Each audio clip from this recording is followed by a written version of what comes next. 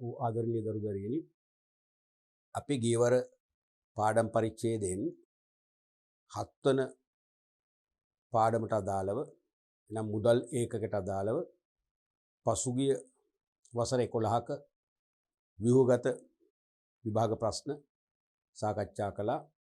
පිළිතුරු පත්‍ර සමීක්ෂණයේදී ලකුණු ලබා දෙන ආකාරය සහ අපේක්ෂිත පිළිතුරු සම්බන්ධයෙන් පැහැදිලි කරමි. සහ ඊට අමතරව අනුමාන නැත්නම් ඉදිරි විභාගවලට යොමු වෙන්න පුළුවන් අනුමාන ප්‍රශ්න කිහිපයකුත් සාකච්ඡා කරා. අපි අද පරිච්ඡේදයෙන් කතා කරන්න යන්නේ පසුගිය වසර 11කට අදාළ මුදල් පාඩමට සම්බන්ධ වාස්තවික අභ්‍යාස. මතකනේ වාස්තවික අභ්‍යාස ඒ කියන්නේ MCQ බහුවර්ණ ප්‍රශ්න, ඒ වගේම සැපයුම් වර්ගයේ නැත්නම් සප්ලයි ටයිප් හිස්තන් පුරවන ප්‍රශ්න සහ කෙටි නිශ්චිත පිළිතුරු ප්‍රශ්න. මම හිතනවා මේ අද පරිච්ඡේදය අපි නිම කිරීමත් සමගම 7 වන එකකේ මුදල් පාඩමට අදාළ ඔබට ඕනෑම විභාග ගැටලුවකට යන්න කිසිම බියක් නැතුව, පැකිලීමක් නැතුව ඔබට ශක්තිය අනිවාර්යයෙන්ම තියෙන්න ඕනේ. ඊළඟට මම එහෙමත්ම දවසක හැරුණම සාමාන්‍යයෙන් මතක් වෙනවා මොකද්ද මම පේපර් මාකින් කරපු ගුරුවරයෙක් වශයෙන් වසර 12ක් තිස්සේ ඔබ විභාගයේදී වැඩිපුර අසාර්ථක වෙන්නේ ඔබ නෙවෙයි, සමාවෙන් ඔබ වාසනාවන්තයි. මිට පෙර අවුරුදු වල විභාගයේ ලියපු දරුවෝ අසාර්ථක වුණේ මේ ප්‍රශ්න පත්‍රයේ. කියන්නේ දෙවන ප්‍රශ්න පත්‍රයේ, ඒ කියන්නේ ව්‍යුහගත ප්‍රශ්න පත්‍රයේ ලකුණු 85න් උඩ 80ට 90 පවා ගත්ත ඇතැම් අය පළවෙනි ප්‍රශ්න පත්‍රයේ නම් වාස්තික ප්‍රශ්න පත්‍රයේදී ලකුණු ගත්තේ ලකුණු 50 55 වගේ ප්‍රමාණයක්. මොකක්ද හේතුව? ප්‍රධාන හේතු දෙකයි. එකක් තමයි ඒගොල්ලන්ගේ ඔළුවේ තියෙනවා මේ වාස්තුවික පේපර් එක පහසුයි, මේක සරලයි කියලා ලොකු බර තැබීමක් කරන්නේ. නැත්නම් වැඩි අවධානයක් යොමු කරන්නේ. අපි කියන ඇඟට ගන්නෙ නෑ. ඒ නිසා වගකීමෙන් ලියන්නේ නෑ. පළවෙනිම කාරණේ ඒකයි. දැන් සමහර ළමයි ඉන්නවා විභාගෙ ලියලා ඇවිල්ලා මට කියනවා සර් අපි පැයෙන් ලිව්වා. නැත්තම් පැය විනාඩි 20න් ලිව්වා. ඒක කරන්න බෑ. මොකද පැය දෙකක් තියෙනවනේ. ඔය වාස්තික පේපර් එකට පැය දෙකක් තියෙනවනේ. එතකොට ප්‍රශ්න 50ක් තියෙනවා. තේරුණාද? ඒක ප්‍රශ්න 50ට අඩුම ගානේ විනාඩි දෙකක් ගත කරන්න එපා. අඩුම ගානේ විනාඩි දෙකක් ගත කරන්න එපා. එතකොට මේ පැයෙන් කරනවා කියන්නේ කීයද? විනාඩි කීයද? විනාඩි 60ක් වගේනේ. බෑ කරන්න බෑ. ඒ කියන්නේ බර තබන්නේ. වගකීමක් නෑ. දැන් බහුවර්ණ ප්‍රශ්නයක් සමහරට දැක්ක ගමන් ටක් ගාලා ආන්සර් එක සිලෙක්ට් කරනවා. අපි දුමු බහුවර්ණ ප්‍රශ්නේ කියව එක ලේසි. 1 2 දෙවෙනි පිළිතුර හරි යටදුරට කියවන්නේ නැහැ. නමුත් දෙවෙනි පිළිතුරට වඩා හොඳම පිළිතුරක් 4 වන හෝ 5 වන එකේ තියෙන්න පුළුවන්. අර දෙවෙනි පිළිතුර හරි කියලා හිතනවා මේක සරලයි, මේක බලන දෙයක් නෑ. ටක් ගාලා මොකද කරන්නේ? මාක් කරනවා අංකේ. වැරදි. ඒ වගේ හිස්තැන් පුරවන එකේ පව සමහරට ඔයගොල්ලෝ මේ කියවනකොට ඔබට යම්කිසි දෙයක් ඔලුවට එනවා. නමුත් සමස්ත ප්‍රශ්නය කියන්නේ හිස්තැන් පුරවන ප්‍රශ්නේ ආරම්භය, මැද, අවසානයේට කියවන්න ඕනේ. එක්ක ආරම්භයේදීම දැනෙනවා. නැත්තම් මැදදී දැනෙනවා. බැරි නම් අවසානයේදී දැනෙනවා. ඒ දැනීමට පෙර ඔබ ආරම්භයේදී හිතට එන්නේ මොකද්ද මේකේ අහන්නේ මේකයි කියලා ඔබ උත්තර ලියනවා. නමුත් වැරදි. එහෙම නැත්නම් ඔබ සමස්ත විෂය නිර්දේශය ගැනම අවබෝධයක් නැහැ. සමස්ත විෂය නිර්දේශයේ අපි කියන්නේ අතුපතර කියලා. අතුපතර සෑම තැනක් ගැනම ඔබ ස්පර්ශ කරලා නැහැ. ඒ නිසා ඔබ අසාර්ථක වෙනවා. දැන් මම දැක්ක දෙයක් තමයි හිස්තැන් ලියන ප්‍රශ්න 10න් සමහර 5ක් විතර ලියන්නෙම නැහැ. කියන්නේ මේ විරෝධයෙන් ලියන අදහසක් එන්නේ. ඒ කියන්නේ විෂය නිර්දේශය හරියට ස්පර්ශ කරලා නැහැ. ඒ නිසා හරිය පරිස්සම් වෙන්න.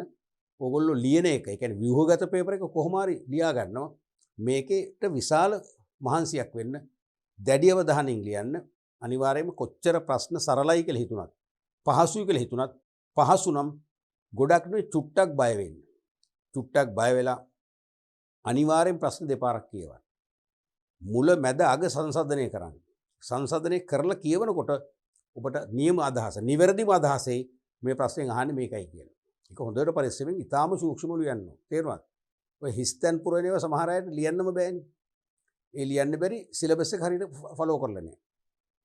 දැන් අපේ DP එඩියුකේෂන් ප්‍රෝග්‍රෑම් එක බලන්න පියවරෙන් පියවර අපි කරන පාඩම් පරිච්ඡේද කියවන්නේ. ඒ කියවලා ඊට පස්සේ විභාග ප්‍රශ්න ආදර්ශ ප්‍රශ්න සාකච්ඡාව බලන්න. කිසිදු පන්තියකට කිසිදු පාසලකට ගිහිල්ලා හැදෑරීමක් නොකර අයට අනිවාර්යයෙන්ම නොකර අයට උනත් අනිවාර්යයෙන්ම විභාගයට සාර්ථකව කිසිම සැකයක් නැතුව කිසිම චකිතයක් නැතුව දැඩි විශ්වාසයෙන් යුතුව ප්‍රශ්න තෝරගෙන නිවැරදි පිළිතුරු ලියන්න ශක්තිය ලැබෙනවාමයි. ඒ නිසා මේ පේපර් එක ගැන ලොකු අවධානයක් යොමු කරන්න. සිලබස් එක හරියට තේරුම් ගන්න, පියවරෙන් පියවර පාඩමින් පාඩම තේරුම් ගන්න. ඒ වගේම සංයමයෙන් ලියන්න, ඉවසීමෙන් ලියන්න. බොහොම සූක්ෂම ආකාරයෙන් හිතන්න, ප්‍රශ්න දිහා බලලා හොඳට ප්‍රශ්නේ තේරුම් ගන්න. ප්‍රශ්නේ විනිවිද භාවයෙන් දැක්කට පස්සේ උත්තර ප්‍රශ්න ගොනු කරන්න.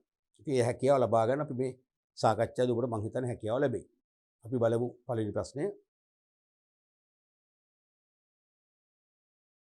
බහුවර්ණ ප්‍රශ්න මුලින්ම කතා කරන්නේ 2010 විභාග ප්‍රශ්නයේදී යොමු වෙච්ච බහුවර්ණ ප්‍රශ්නයක්. 12 වෙනි බහුවර්ණය 2010 විභාගයේ 12 වෙනි බහුවර්ණ ප්‍රශ්න වශයෙන් ආපු ප්‍රශ්නය විද්‍යුත් මුදල් ලෙස නොසලකන්නේ. විද්‍යුත් මුදල් ඉලෙක්ට්‍රොනික මුදල් ලෙස නොසලකන එක වීසා ණයපත, මාස්ටර් ණයපත, හරපත, ATM කාඩ් පත, ස්මාර්ට් කාඩ් පත. මොකක්ද උත්තරේ? ඉලෙක්ට්‍රොනික මුදල් e-cash වලට අයිති නැති එක. වීසා ණයපත ක්‍රෙඩිට් කාඩ් එක අනිවාර්යයෙන් විද්‍යුත් මුදල් ගන්න බෑ. මාස්ටර් ණයපත කියන්නේ මාස්ටර් කාඩ් කියන එක තමයි විභාගෙදී දාලා තියෙන්නේ. මාස්ටර් කාඩ් ණයපත ඒකත් ක්‍රෙඩිට් කාඩ් එක ගන්න බෑ.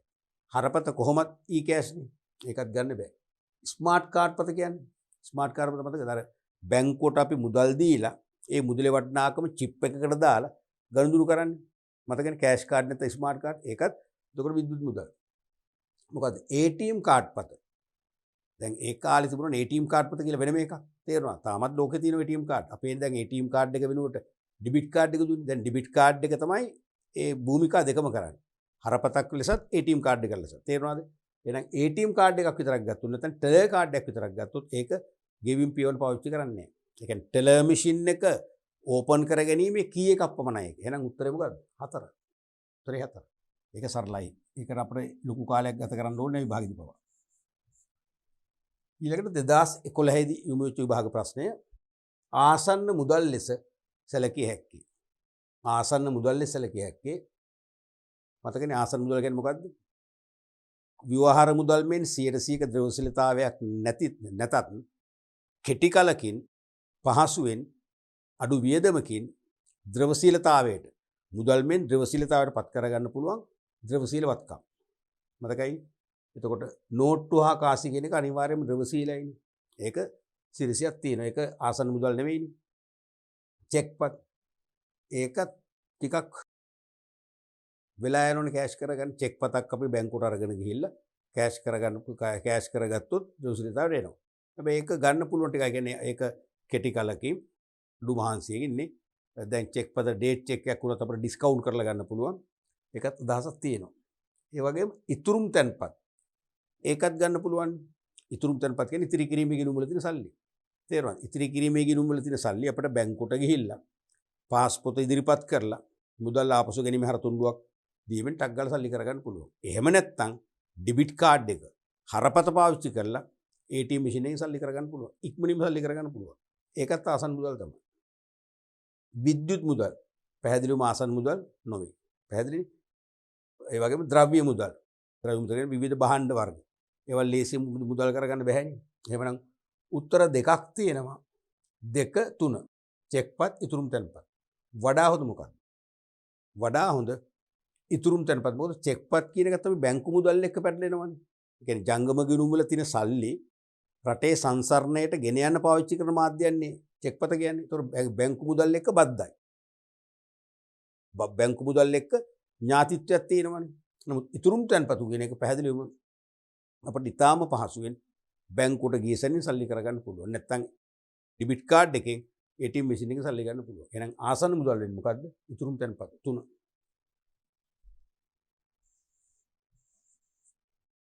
ඊළඟ ප්‍රශ්නෙත් බලමු. 2011 විභාග ප්‍රශ්න පත්‍රයෙන් යොමු වෙච්ච 11 වන බහුවරණ ප්‍රශ්නය. 11 වන බහුවරණ ප්‍රශ්නය. ශ්‍රී ලංකා රජය වෙනුවෙන් ව්‍යවහාර මුදල් නැත්නම් නියෝග මුදල් නැත්නම් ආඥා මුදල් ව්‍යවහාර මුදල් නිකුත් කිරීමේ බලය පෙවරී ඇත්තේ. සෑහෙන අමාරු ප්‍රශ්නයක් නේ. සෑහෙන අමාරු ප්‍රශ්නයක්. අමාරුද? කිසිදු අමාරුවක් නැහැ. ඒ අවුරුදු ළමයි හරිම වාසනාවන්තයි. මේ වගේ සරල ප්‍රශ්නත් ඒගොල්ලන්ට ලැබිලා තියෙනවා. අපි දන්නවා ශ්‍රී ලංකා රජය වෙනුවෙන් කාසියා නෝට්ටුව ව්‍යවහාර මුදල් නිකුත් කිරීමේ පරම බලය මූල්‍ය නීති පනතින්ම පෙරලා තියෙන එකම එක ආයතනයටයි ශ්‍රී ලංකා මහ බැංකුවට පමණයි. මුදල් ඇමතිවරයාට නෙවෙයි, ශ්‍රී ලංකා මහ බැංකුවට, භාණ්ඩාගාරයට නෙවෙයි, සුරකුම්පත් හා විනිමය කොමිසම සභාවටත් නෙවෙයි, එංගලන්තයේ රොයල් මින්ට් සමාගමටත් නෙවෙයි. රොයල් මින්ට් සමාගම කාසි මුද්‍රණය කරනවා. මහ බැංකුවට කාසි මුද්‍රණය කර දෙන නියෝජිත ආයතනය තමයි රොයල් මින්ට්. නමුත් ඒ කාසි නිකුත් කිරීමේ බලය තියෙන කාටද? මහ බැංකුවට. දැන් මම මහ බැංකුව නම් මට ඒ තාක්ෂණය නැති නිසා මම වෙනස් සමාගමක් ලව්ව නෝට්ටු ආකාශي මුද්‍රණය කරගන්න පුළුවන්. නමුත් නිකුත් කරන්නේ මම. මටයි බලය තියෙන්නේ. තේරෙනවද? වෙන ශ්‍රී ලංකා මහ බැංකුව දෙක. ඊළඟට 2011 9 දැන් අරක 2011 පැරණි ප්‍රශ්න පත්‍රය ආපු එක 2011 පේපර් දෙකක් ගියානේ. 9 ප්‍රශ්න පත්‍රය ඇහුව ප්‍රශ්නයක් මුදල් 10 වෙනි ප්‍රශ්නේ 10 වෙනි බහුවර්ණ වශයෙන් ආපු එක.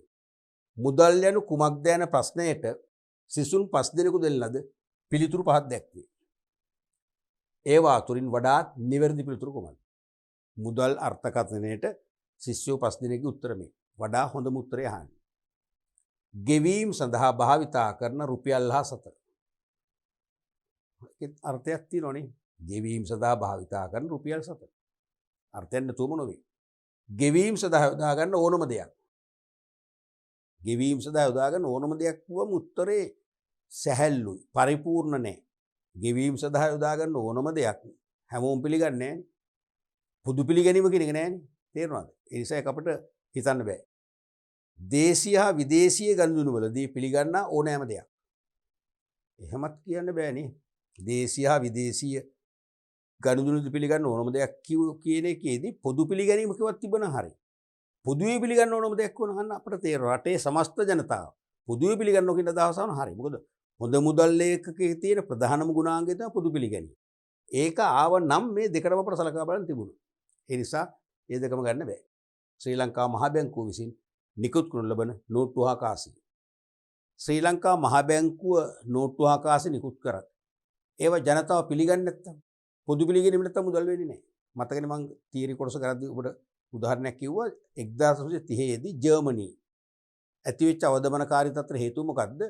ව්‍යාජ නෝට්ටු භාවිතය වැඩි වෙලා මිනිස්සු ජර්මන් මූල්‍ය අධිකාරී නිකුත් කළ කාසියා නෝට්ටු ප්‍රතික්ෂේප කළා. කරලා අත්‍යවශ්‍ය භාණ්ඩ මිලදී ගන්න පොදුවේ පිළිගත්තේ සිගරට් එක. සිගරට් එක තමයි මුදල් උනේ. එහෙනම් මහ බැංකුව එක ප්‍රතික්ෂේප වුණා. නිසා මහ බැංකුව නිකුත් කළ සැනින් මිනිස්සු පොදුවේ පිළිගන්නේ නැත්තම් මුදල් වෙන්නේ නැහැ. නිසා ඒකත් ගන්න බෑ.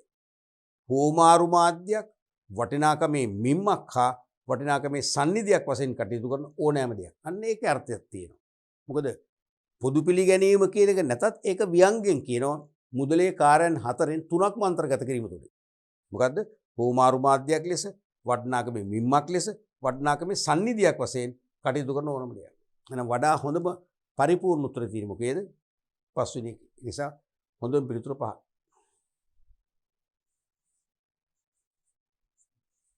අපි ඊළඟ ප්‍රශ්නෙත් බලමු. 2012 විභාග ප්‍රශ්න පත්‍රය තුලින් යොමු වෙච්ච 10 වන බහුවර්ණ ප්‍රශ්න. 10 වන බහුවර්ණ ප්‍රශ්න. හොඳ මුදලක ලක්ෂණ සහ කාර්ය කීපයක් පහත දැක්ව. හොඳ මුදලක ලක්ෂණ සහ කාර්ය කීපයක් පහත දැක්ව. දැන් මතකද? ඒක කිව්වම මේ උත්තර කියවන්න යන්නේ නැහැ. මොකද ප්‍රශ්නේ නැහැනේ.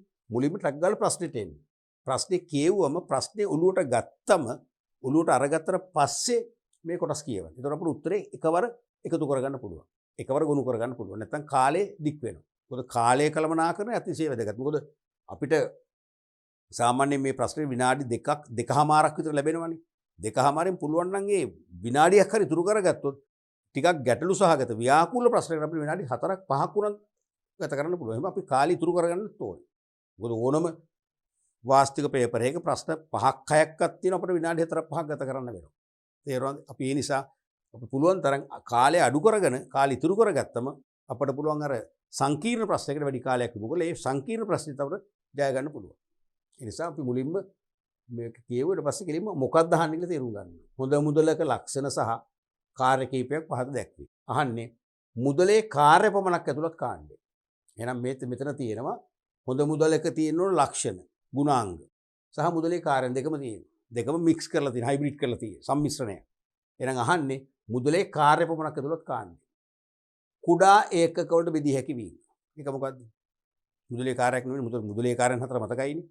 වටිනාකම් මැනීමේ මිම්මක්, වටිනාකමේ සන්නිධියක්, හෝමාරු මාධ්‍යයක්, විලම්භයක ගෙවුම් මාධ්‍ය මතකයිනේ. එහෙනම් ඒ හතරට අයිති නෑ මේක. ඒ කියන්නේ හොඳ මුදලක ලක්ෂණයක්. කුඩා එකකවලට බෙදලා ඕනෑම වටිනාකමක් ගෙවන්න මුදල් පාවිච්චි කරන්න පුළුවන් කෙනෙක් ලක්ෂණයක්, ගුණාංගය. ඒක ගන්න බෑ. ඊළඟට වටිනාකමේ මිම්මක් වීම. අන්න ඒක මුදලේ කාර්යයක්. වටිනාකමේ මිම්මක්. ඒක හරි. ඊට පස්සේ පොදු පිළිගැනීම.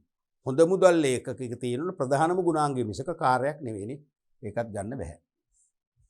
එහෙම ඉවසීමෙන් මේක තෝරන්න. විලම්භීත ගෙවුම් මාධ්‍යයක් ලෙස ක්‍රියාත්මක වීම. අනිවාර්ය මුදලේ කාර්යයක්. ඒක ගන්න පුළුවන්. ඊට පස්සේ හෝමාරු මාධ්‍යයක් වීම. ඒකත් ගන්න පුළුවන්. මුදලේ කාර්යයක්. කල් පැවැත්ම ගන්න බෑ. මොකද හොඳ මුදල් ඒකක තියෙන ගුණාංගයක් මුදල් ඉක්මනින් විනාශ වෙන්න බෑ. දිගු කරලා පවතින්න ඕනේ. එහෙනම් උත්තර තුනක් තියෙනවා. B D E. B D E. B D E තියෙන්නේ හතරවන පිළිතුර. එහෙනම් පිළිතුර 4. දැන් මේවා හැමෝටම නෙවෙයි. මම අත්දැකීමින් දන්නවා සමහර ළමුන්ට මේව පැටලෙනවා. දැන් මේ වගේ විභාග ප්‍රශ්න මගේ පන්ති කාමර දේශනවලදී මම ළමයිලව ලියවනවා. මේ හොඳට වැඩ කරන ළමයි කියන්නේ දැනුමක් තියෙන ළමයි පවා මේක වරද්දන ඉතින් මම කියන ආයි මේක උත්තරේ ඔයා බොහොම හිමින් විනාඩි දෙකනේ විනාඩි 5ක් හරි අරන් හිතන්න බලන්න කිව්වම එයා විනාඩියෙන් කියනවා. ඉතින් එයා දන්න මොන හරි වැරදක් වෙලා ඊට පස්සේ අන්න විනාඩියෙන් හරි කියනවා බොහොම සංයමයෙන්. ඉවසීම ගන්න දැන්. තනියම කරද්දි ඉවසීමෙන් ලියලා නැහැ. සංයමයෙන් තේරෙනවද? හිත එකතන තියන් බලනවා. බලද්දි ටක් ගාලා කියන අයියෝසේ වැරදි මේකේ උත්තරේ කියලා. බැරුව නෙවෙයි. ඒ නිසා මේව පටල ගන්න එපා. මේ මෙන්න මේ වගේ ලේසි ප්‍රශ්න තමයි පටල ගන්න. එහෙම පටලගෙන තමයි ව්‍යුහගත පේපර් එකට ලකුණු 90ක් ගත්ත කෙනා 55ට වහිනවා මේ පේපර් එකේ. මෙන්න මේ වගේ සරල ප්‍රශ්න වල. අපි බලමු ඊළඟ ප්‍රශ්නය. 2013 නව නිර්දේශයට අදාළව ආපු 10 වන බහුවර්ණ ප්‍රශ්නය. 2013 10 වන බහුවර්ණ ප්‍රශ්නය. ජංගම ගිණුම් වල ශේෂ. බලමු ප්‍රශ්නේ අහන්නේ මොකද්ද කියලා. ඉහත සඳහන් දෑ අතුරෙන් ආසන්න මුදල් ලෙස පිළිගත හැකියි. ප්‍රශ්නේ අහන්නේ මොකද්ද? ආසන්න මුදල් වලට අයිති එක. ජංගම ගිණුම් වල ශේෂ. ආසන්න මුදල්ද? නැහැ. ඒක මොකද්ද? බැංකු මුදල්. ජංගම ගිණුම් වල තියෙන සල්ලි බැංකු මුදල්. ඒක ගන්න බෑ. ඉතිරි කිරීමේ ගිණුම් වල ශේෂ ගන්න පුළුවන්. මොකද ඉතිරි කිරීමේ ගිණුම් වල තියෙන ශේෂ නැත්නම් සල්ලි අපිට හරපතක් පාවිච්චි කරලා ATM මැෂින් එකෙන් ගන්න පුළුවන්. ඉතිරි කිරීමේ පාස්පෝර්ට් අරගෙන ගිහිල්ලා කවුන්ටරෙන් ගන්න පුළුවන්. ඉක්මනින් මුදල් කරගන්න පුළුවන්. ඒ නිසා ව්‍යවහාර මුදල් තත්ත්වෙට ඉක්මනින් අඩු කාලයකින් අඩු මහන්සියකින් පත් කරගන්න පුළුවන්. ඒක ගන්න පුළුවන්. නෝට්ටු හා කාසි. නෝට්ටු හා කාසි ගන්න බැයි හේතුව ඒක තනිකර ආසන්න මුදල් නෙවෙයි 100%ක්ම ද්‍රවශීල වත්කම. කාසිය නෝට්ටු කියන්නේ.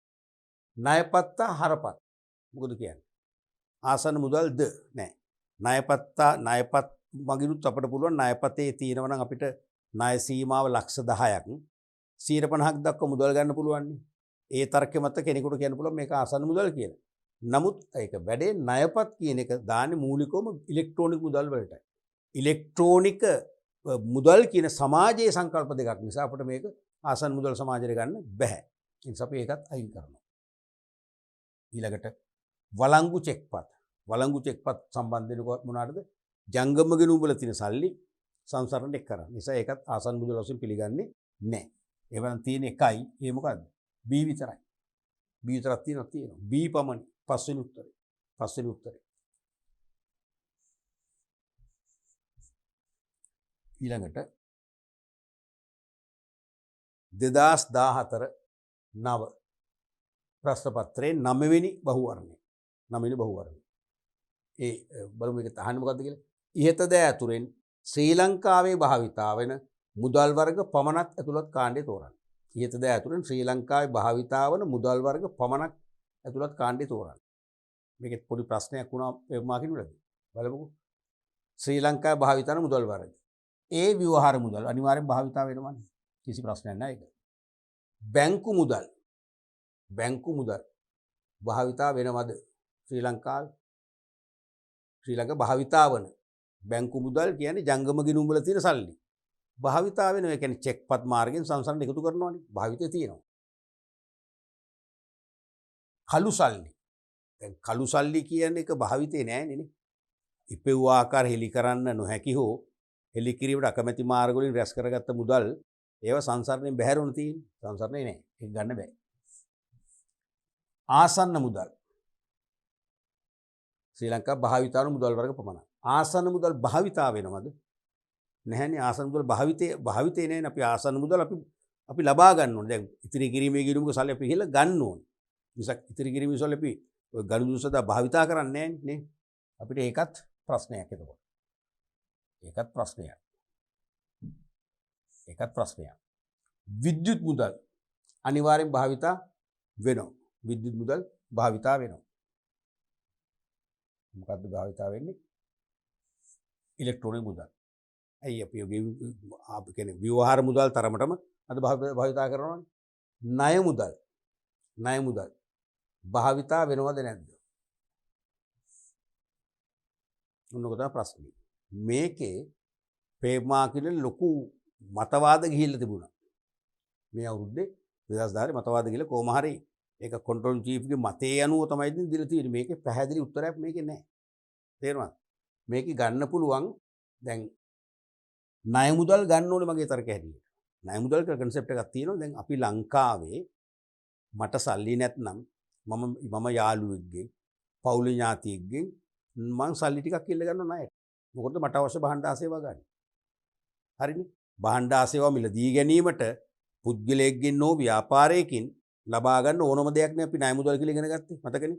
එහෙනම් මට සල්ලි නැත්නම් මම මිත්‍රයෙක්ගෙන් සල්ලි ටිකක් ඉල්ල ගන්න ණයට. අරගෙන ඒ සල්ලිම භාණ්ඩ ආසේවා ගන්නවා. ඒකනේ ණය මුදල් කියන්නේ ඉතින් භාවිතා වෙනවනේ. නැත්නම් මම පුද්ගලයෙක්ගෙන් මොන හරි ද්‍රව්‍යමය දෙයක් ගන්න. මොන හරි භාණ්ඩ ගන්නවා. ඒ භාණ්ඩ මං කාට හරි දීලා මට අවශ්‍ය භාණ්ඩ ගන්න. ඉතින් හරිනේ ඒකත් මුදල්. නමුත් මේක අරගෙන නැහැ. අන්න එක තමයි ගැටලුව තියෙන්නේ. මේක අරගෙන නැහැ. ඒ විනුවට අරගෙන තිබුණේ මොනවද දන්නවද? ව්‍යවහාර මුදල් අරන් තිබුණා. බැංකු මුදල් පිළි අරන් තිබුණා. ඒත් එක්කම විද්‍යුත් මුදල් පිළි අරන් තිබුණා. ඒ කියන්නේ ABDE. ABDE මෙන්න මේක තමයි උත්තරේ වශයෙන් අරන් තිබුණේ. තේරෙනවද? ආසන්න මුදලුත් අරගෙන තිබුණා.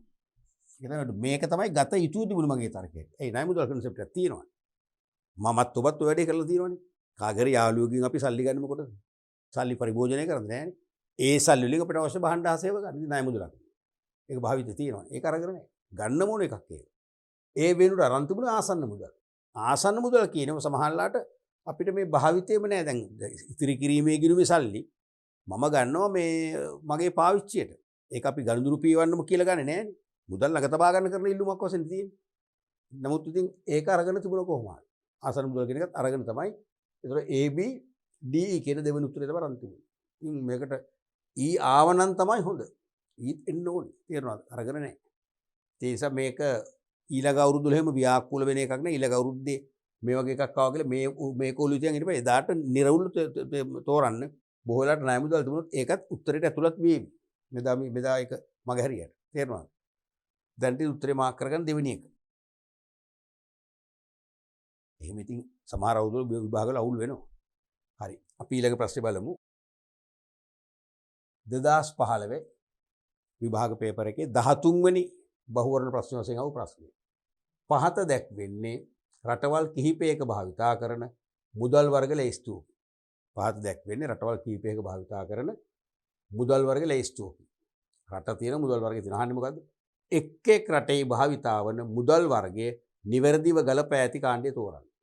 මතකද මම න්‍යාය කොටස කරද්දී මම ප්‍රධාන රටවල් කීපයක භාවිතා වන මුදල් වර්ග දුන්නා.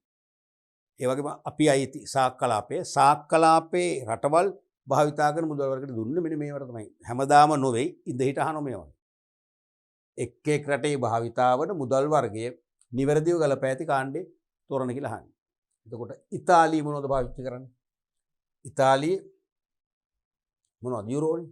යුරෝ රටක් නේ. ඉතාලියට ඉන්නේ 4. යුරෝ.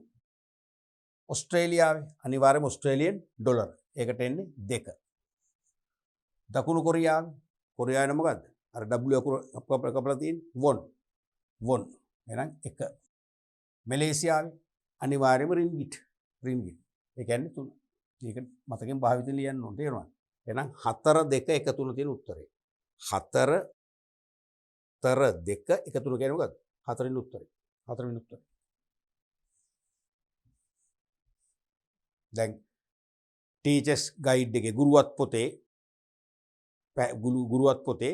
උපදෙස් දීලා නැහැ මේ මුදල් වර්ග පිළිබඳ පැහැදීමක් කරන්න කියලා මුතු භාගයට අහනවා. ඒ නිසා තමයි අත්දැකීම් එක ගුරුවත් පොතෙන් නැතත් අපි ඒක මේ මොකද්ද විෂය පාඩමට ඇතුළත් කරලා ඉගෙනන්නේ. විභාගයට අහන්න නිසා. පැහැදිලිනේ?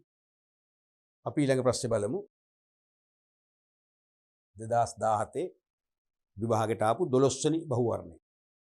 පහත දැක්වෙන්නේ විද්‍යුත් ණය කාඩ් පතක සඳහන් මූලිකාංග කීපයකි.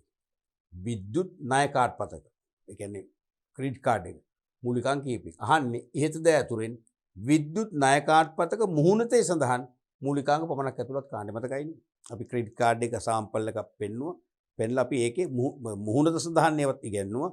පිටුපස්සෙවත් ඉගෙනුවා. අහන්නේ ද ඇතුරෙන් විද්‍යුත් ණය කාඩ් පතක මුහුණතේ සඳහන් මූලිකාංග පමණක් ඇතුළත් කාණ්ඩේ. ණයපත් සංගමේ ලාංඡනේ තියෙනවද? මොහොත අනිවාර්යයෙන්ම තියෙනවා. ජාත්‍යන්තර ණයපත් සංගමේ ලාංඡනේ නැත්නම් සංකේතේ ලෝගෝ එක තියෙනවමයි. ඒක හරි. කාඩ්පතේ අංකය තියෙනවද? අනිවාර්යයෙන්ම කාඩ්පතේ අංකය මොහොත තියෙනවා. චුම්බක පටිය තියෙනවා. චුම්බක පටිය නෑ. චුම්බක පටිය තියෙන මේ අතර තියෙන කළු පාට පටිය චුම්බක පටිය තියෙන්නේ කොහෙද? පිටුපස. එන එක ගන්න බෑ. ඊළඟට කාඩ්පත් හිමියාගේ නම. කාඩ්පත් හිමියාගේ නම තියෙනවද? අනිවාර්යයෙන්ම තියෙන නම මොහොතනේ. ඒකත් ගන්න පුළුවන්. ඊට පස්සේ සේවා දුරකථන අංකය තියෙනවද? නෑනේ. දුරකථන අංකයක් සේවා දුරකථන අංකය තියෙනවා පිටුපස්සේ. ඒ කියන්නේ හොට්ලයින් නම්බර එකනේ. ඒකත් ගන්න බෑ. ඊට පස්සේ කල්ලිකුත්වන දිනය අනිවාර්යයෙන්ම තියෙනවා. කල්ලිකුත්වන දිනය අනිවාර්යයෙන්ම තියෙනවනේ. මතු පිට අත්සන් පටිය. අත්සන් තීරු නෑනේ. ඒකත් පිටුපස්සේ තියෙනවා. එහෙනම් උත්තරේ එන්න ඕනේ A B D F. A B D F තියෙනවා දෙවෙනි එක. දෙක උත්තරේ. දෙවෙනි පිළිතුර.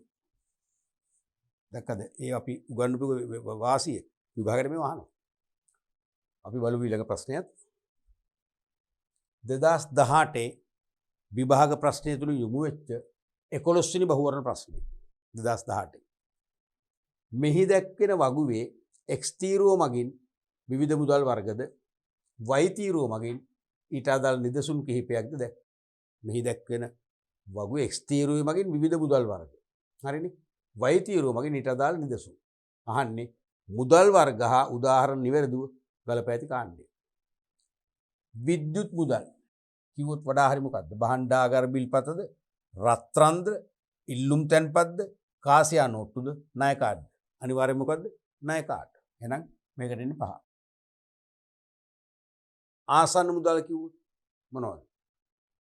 භාණ්ඩාගාර බිල්පත ගන්න පුළුවන් නේ. භාණ්ඩාගාර බිල ආසන්න මුදල්. මොකද භාණ්ඩාගාර බිල් අපි ගත්තම අපිට පුළුවන් කල්පිරෙන් ඉස්සෙල්ලා බැංකුවකින් වට්ටම් කරලා මුදල් කරගන්න පුළුවන්. ඒ කියන්නේ ඉක්මනින් ද්‍රව්‍යශීලතාවයටපත් වෙන්න පුළුවන් පහසු වෙන්නේ. එහෙනම් ඒක එතනට එන්නේ 1. ව්‍යවහාර මුදල්. පැහැදිලිවම ඇස් වහලා කියන්න පුළුවන් කාසියා නෝට්ටු 4. බැංකු මුදල් කියන්නේ මොනවද? ජංගම ගිණුම් වල ශේෂ නැත්නම් ඉල්ලුම් තැන්පත්. ඉල්ලුම් තැන්පත් වල තියෙන ශේෂනේ. එහෙනම් පැහැදිලිවම 3 1. ද්‍රව්‍ය මුදල්. ද්‍රව්‍යමය මුදල් වශයෙන් පාවිච්චි කරන්න පුළුවන් මොනවද? රත්රන්. තාමත් අපි රත්රන් දුන්නොත් එපයි කියන්නේ නැහැ. මුදල් වශයෙන් පාවිච්චි කරන්න පුළුවන්. එහෙනම් ඒකට එන්නේ 2. එන්නේ 5 1 4 3 2. 5 1 ඔය දෙකක් තියෙනවා. 5 වෙන 3 වෙන 5 1 4 3 2. එහෙනම් පිළිතුර 5. මේක. පිළිතුර 5. ඊළඟට ආදර්ශ ප්‍රශ්න කීපයක් අපි ගත්තා. ඈත ප්‍රදේශයක වාසය කරන්නෙකු වෙත යැවිය යුතු මුදලක් ඉක්මනින් යැවීමට යෝග්‍යතම ක්‍රමය. ඈත ප්‍රදේශයක ඉන්න කෙනෙකුට අපිට මුදලක් යවන්න තියෙනවා. ඉක්මනින් යවන්න. විවහාර මුදල් යැවීම. කොහොම යවන්නේ? මොකෝ කරන්ට් එකෙන් යවන්නද? නෑනේ. විවහාර මුදල එහෙනම් කවුරු හරි අපි මෙසෙන්ජර් කෙනෙක් පණිවිඩ කරුවෙක් අතේනේ. අපි යාට බාර දීලා යවන්න තියා ඊට යනකොට ප්‍රවාහන මාධ්‍යයෙන් මගින් ගිහිල්ලා පෙරහැර යනවා. එතකොට යනකොට නේ එහෙම බෑ. එහෙනම් විවහාර මුදල් ලේසියෙන් යවන්න බෑ. ලේසි නෑ කියවන්න. මුදල් ඇනුමක් මගින් ගෙවන්න පුළුවන්. හැබැයි මුදල් ඇනුමක් ගන්න අපි තැපැල් කාර්යාලයකට යන්නම් වෙනවා. ගිහිල්ලා ඉල්ලුම් පත්‍රය පුරවලා තේරෙන ඒකට දවසක් දෙකක් යනවා යවන්න. ඉක්මනින් යවන්න බෑ කිනු. ණයපතක් මගින් ගෙවීම කරන්න පුළුවන්. ණයපතක් මගින් ගෙවීම කරන්න පුළුවන්. එකම දේ ණයපතක් මගින් ගෙවීම කරන්න අපි ආගේ ගිණුම් අංකය දැනගන්න. ගිණුම් අංකය දැනගෙන අපි ක්‍රෙඩිට් කාඩ් එක පාවිච්චි කරනකොට ඒකට පැය ගාණක් යනවා. නමුත් ඒක ඉක්මන් කියලා මම පිළිගන්නවා. නමුත් ඒකට සාපේක්ෂව වෙලාවක් යනවා. කුරියර් සේවය ඔස්සේ ඒකටත් වෙලාවක් යනවනේ. කුරියර් නියෝජිතයෙකු දුන්නොත් ඒගොල්ලන්ගේ ප්‍රවාහන මාධ්‍ය මගින් දවස් ගාන සමහර පැය ගානක් දවස් ගානක් යනවා යන්නේ. ඇත ප්‍රදේශයක්. විද්‍යුත් මුදල් පසුම්බියක් මගින් ගෙවීම. මොකද කියන්නේ? ඒක හරිනේ. ඊවලොට් එක අපට අනිවාර්යෙන් විද්‍යුත් මුදල් පසුම්බිය කියන ඇප් එක අපි ඩවුන්ලෝඩ් කරගෙන තියෙනවා නම් අපිට අපේ ස්මාර්ට් ෆෝන් එක පාවිච්චි කරලා ක්‍රෙඩිට් කාඩ් එක හෝ ඩෙබිට් කාඩ් එක පාවිච්චි කරලා ඒ මොහොතේම මුදල් ප්‍රේෂණය කරන්න පුළුවන්. එහෙනම් හොඳම එක තමයි වේගවත්ම එක තමයි විද්‍යුත් මුදල් පසුම්බියක් මගින් ගෙවෙන්නේ. මතකයිනේ? ඊවලොට් එකක් මගින්. පස්වෙනි පිළිතුර.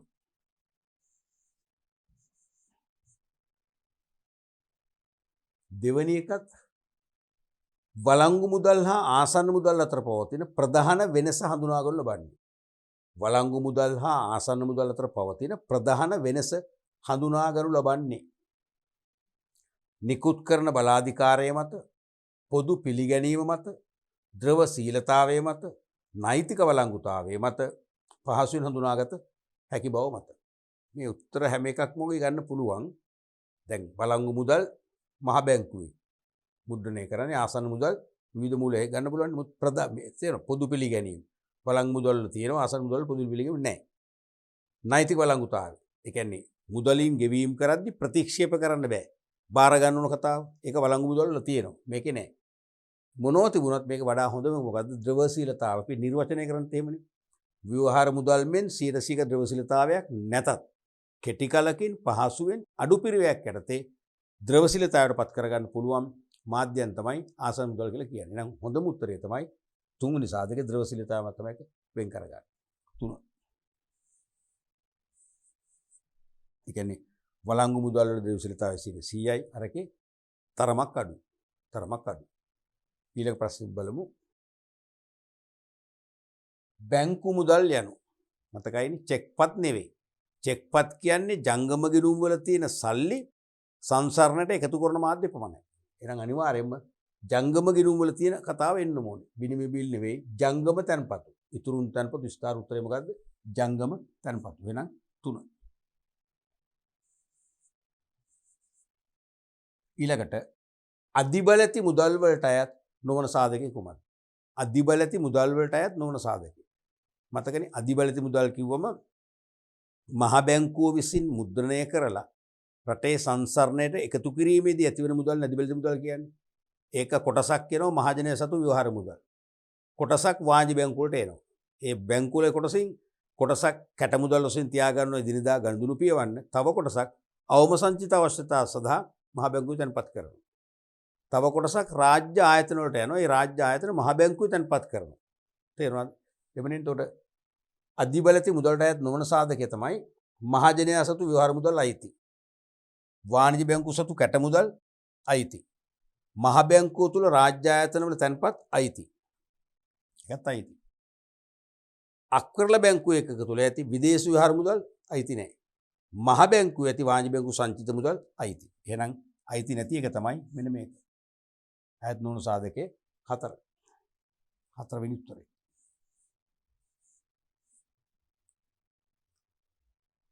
අක්‍රල බැංකුව කියන එක දන්නව නේද?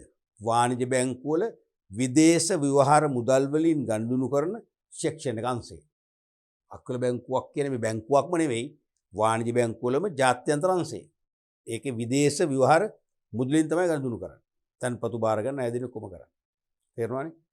ඒතර මේක සම්බන්ධයක් නැහැ. මොකද මේ රටේ අධිබලති මුදල් වෙන මහ බැංකුව නිකුත් කරපු කාසියානු උට්ටු වෙන්න එපේ. මේක සම්බන්ධයක් නැහැ. අපි බලමු ඊළඟ ප්‍රශ්නයත්. මුදලේ කාර්යයක්. පොදු පිළිගැනීම කාර්යයක් නෙවෙයි, මුදලේ හොඳම ගුණාංගය නේ ලක්ෂණය. හඳුනා ගැනීම පහසුව ගුණාංගයක්. අනුකරණයේ දුෂ්කර වීම ගුණාංගයක්. වටිනාකමේ මිම්මක් වීම මොකද්ද? ගුණාංගයද නැහැ. අන්න කාර්යයක්. වටිනාකම කාර්යයක්. කුඩා ඒකක වලට බෙදීමේ හැකියාව ඒකත් ගුණාංගය. කියන්නේ උත්තරේ මොකද්ද? 4 වෙනි ලේසි. 4 වෙනි පිළිතුර. 6 වෙනි ප්‍රශ්නේ මුදල් නෝට්ටුවක් මත ඇතුළත් නොවිය යුතු උපාංග වන්නේ. මුදල් නෝට්ටුවක් මත ඇතුළත් විය යුතු උපාංග නොවන්නේ. මුදල් ඇමතිගේ අස්සන සාමාන්‍යයෙන් ඇතුළත් වෙනවනේ. දිය සලකුණ තියෙන්න ඕනේ. විනිවිද පෙන්න සලකුණු තියෙනවා. මහ බැංකුවේ ලාංඡනය තියෙනවද? මහ බැංකුවේ ලාංඡනය අපි කොහෙවත් දැක්කෙත් නැහුවෙත් නෑනේ. මහ බැංකුවේ ලාංඡනේ නෑ. මුදල් ඒකකයේ වටිනාකමක් තියෙනවා. නිලාගය කියලා කියන්නේ. එහෙනම් නැත්තේ මොකද්ද? මහ බැංකුවේ ලාංඡනේ නෑ. 4. සෙල් එකෙත් 4 මේකෙත් 4 වෙන්න පුළුවන්ද? එහෙම ළඟ පුළුවන්. එහෙම ප්‍රශ්නයක් නෑ. එහෙම ප්‍රශ්න සමහර එහෙමත් අර කියන්නේ කනාසුට් ලියනවා කියලා එහෙම හිතනවා. මේ ඉස්සෙල්ලා 4 නම් මේක 4 වෙන්න බෑ. එහෙම නෑ. පිටම සමහරට 4 වෙනි උත්තරේ ප්‍රශ්න 3කට 4කට තියෙන්න පුළුවන්. අපි බලමු ඊළඟ ප්‍රශ්නය. දැනට ශ්‍රී ලංකාව තුළ භාවිතා වන මුදල් නෝට්ටු වර්ග ගණන වනුයි. මේක ඇත්තටම මේ මම ආදර්ශ ප්‍රශ්න වශයෙන් දැම්මට මේක 1998 අවුරුද්දේ හවු ප්‍රශ්නයක් මේක. නමුත් නැවත අහන්න පුළුවන්. හැබැයි 98 තිබිච්ච උත්තරේ නෙවෙයි දැන් උත්තරේ. එදා වෙනස් දැන් වෙනස් නේ. අපි ගත්තොත් දැනට ශ්‍රී ලංකාව තුළ භාවිතා වන මුදල් නෝට්ටු වර්ග ගන්න. කීයද? 6කි, 7කි, 8කි, 9කි, 10කි. කීයද? 5000 නෝට්ටුව, 1000 නෝට්ටුව 2යි. ඊට පස්සේ 500 3යි. ඊට පස්සේ 100 4යි. ඊට පස්සේ 50. ඊට පස්සේ 20. ඊට පස්සේ 10 දැන් ගණන් ගන්නෑ. 10 නෝට්ටුව අවලංගු කළේ නෑ භාවිතයෙන්ම ඉවත් වෙලා ගියා. 200 නෝට්ටුව අවලංගු කළේ නෑ භාවිතයෙන්ම ඉවත් වෙලා ගියා. තේරුණාද? 2000 නෝට්ටුව අවලංගු කළේ නෑ භාවිතයෙන්ම ඉවත් කරලා ගියා නේ. ඒ නිසා දැන් තියෙන්නේ 6යි. උත්තරේ 1. මොකද ඒ කාලේ මං 98 හද්දි 200 නෝට්ටුව භාවිතයෙන් ඉවත් කරලා තිබුණා. ඒක නැතුව තමයි උත්තරේ ගත්තේ. ඊළඟට මුදලක කාර්යයක් ලෙස නොසලකන්නේ. මුදලක කාර්යයක් ලෙස නොසලකන්නේ. මොකද්ද? බැංකු ණයක් මුදල් ගෙවා පියවීම. මුදලේ කාර්යයක්ද? බැංකු ණයක් මුදල් ගෙවා පියවීම. මුදලේ කාර්යය මොකද්ද කාර්යය? විලම්භීත ගෙවුම් මාධ්‍යයක් කතාවනේ. ඒ කියන්නේ අපි කලින් ලබාගත ණය මුදලක් පහසුවෙන් ගෙවා පියවා දාන්න පුළුවන් මාධ්‍ය මුදල්. එහෙනම් ඒක විලම්භීත කතාව. මෙතන එන්නේ විලම්භීත. මොන ලියන එක මතක් වෙනකොට විලම්භීතනේ. විලම්භීත ගෙවුම් මාධ්‍යයක්. සංචාරයකදී ඕලු සහල් මිලදී ගැනීම. අපි කොහේ හරි ඈත පළාතක සංචාරයක් ගියාම ඕලු සහල් කියලා જાතියක් හරි ගුණයිලුන එක. අර පුංචියට තියෙන ඒ ඕලු සහල් දැකලා ගුණ නිසා ටිකක් මිල වැඩි වුණත් ගත්තා. මිලදී ගත්තා. එහෙනම් මොකද්ද ඒක? ඕලු සහල් කියන භාණ්ඩය ගත්ත එක හිට හෝමාරුවක් වෙන අපි මුදල් පියව වෙන හෝමාරු මාධ්‍යයක් නැත්නම් විනිමය මාධ්‍යයක් නේ. විනිමය මාධ්‍යයක් ඒකත් කාර්යයක්. ඒකත් හරි. ආන්නේ මොකද්ද? මුදලේ කාර්යයක් ලෙස නොසලකන එක. ඉතිරි කිරීමේ ගිණුමකට රුපියල් 10000ක් තැන්පතු කිරීම. ඉතිරි කිරීමේ ගිණුමකට රුපියල් 10000ක් තැන්පතු කිරීම. මොකද්ද ඒ කියන්නේ? ඉතුරු කරන්නේ වටිනාකමේ සන්නිධියක්. සන්නිධියක්. ඒකත් හරි. ඒකත් මුදලේ කාර්යයක්. සන්නිධියක්. ඊට පස්සේ මදාරා ඉන්වෙස්ට්මන්ට් සමාගම තම නවතම ගණක යන්ත්‍රයක් රුපියල් 550කට මිල කිරීම. මදාරා ඉන්වෙස්ට්මන්ට් කියන සමාගම ඒගොල්ලන්ගේ හදන ගණක යන්ත්‍ර මොනවද ගණක යන්ත්‍ර කියන්නේ? කැල්කියුලේටර් එක. හදන ඒක රුපියල් 550කට මිල කරනවා. භාණ්ඩයකට මිලක් ආරෝපණය කරන්න මුදල් පාවිච්චි කරනවා. ඒ කියන්නේ මොකද්ද? වටිනාකම් මැනීමේ මිනුමක් කියන එකනේ. වටිනාකම් මැනීමේ මිනුමක්. වටිනා කමේ මිනුමක් කියන එක. එහෙනම් ඒකත් මුදලේ කාර්යයක්. ඒකත් හරි.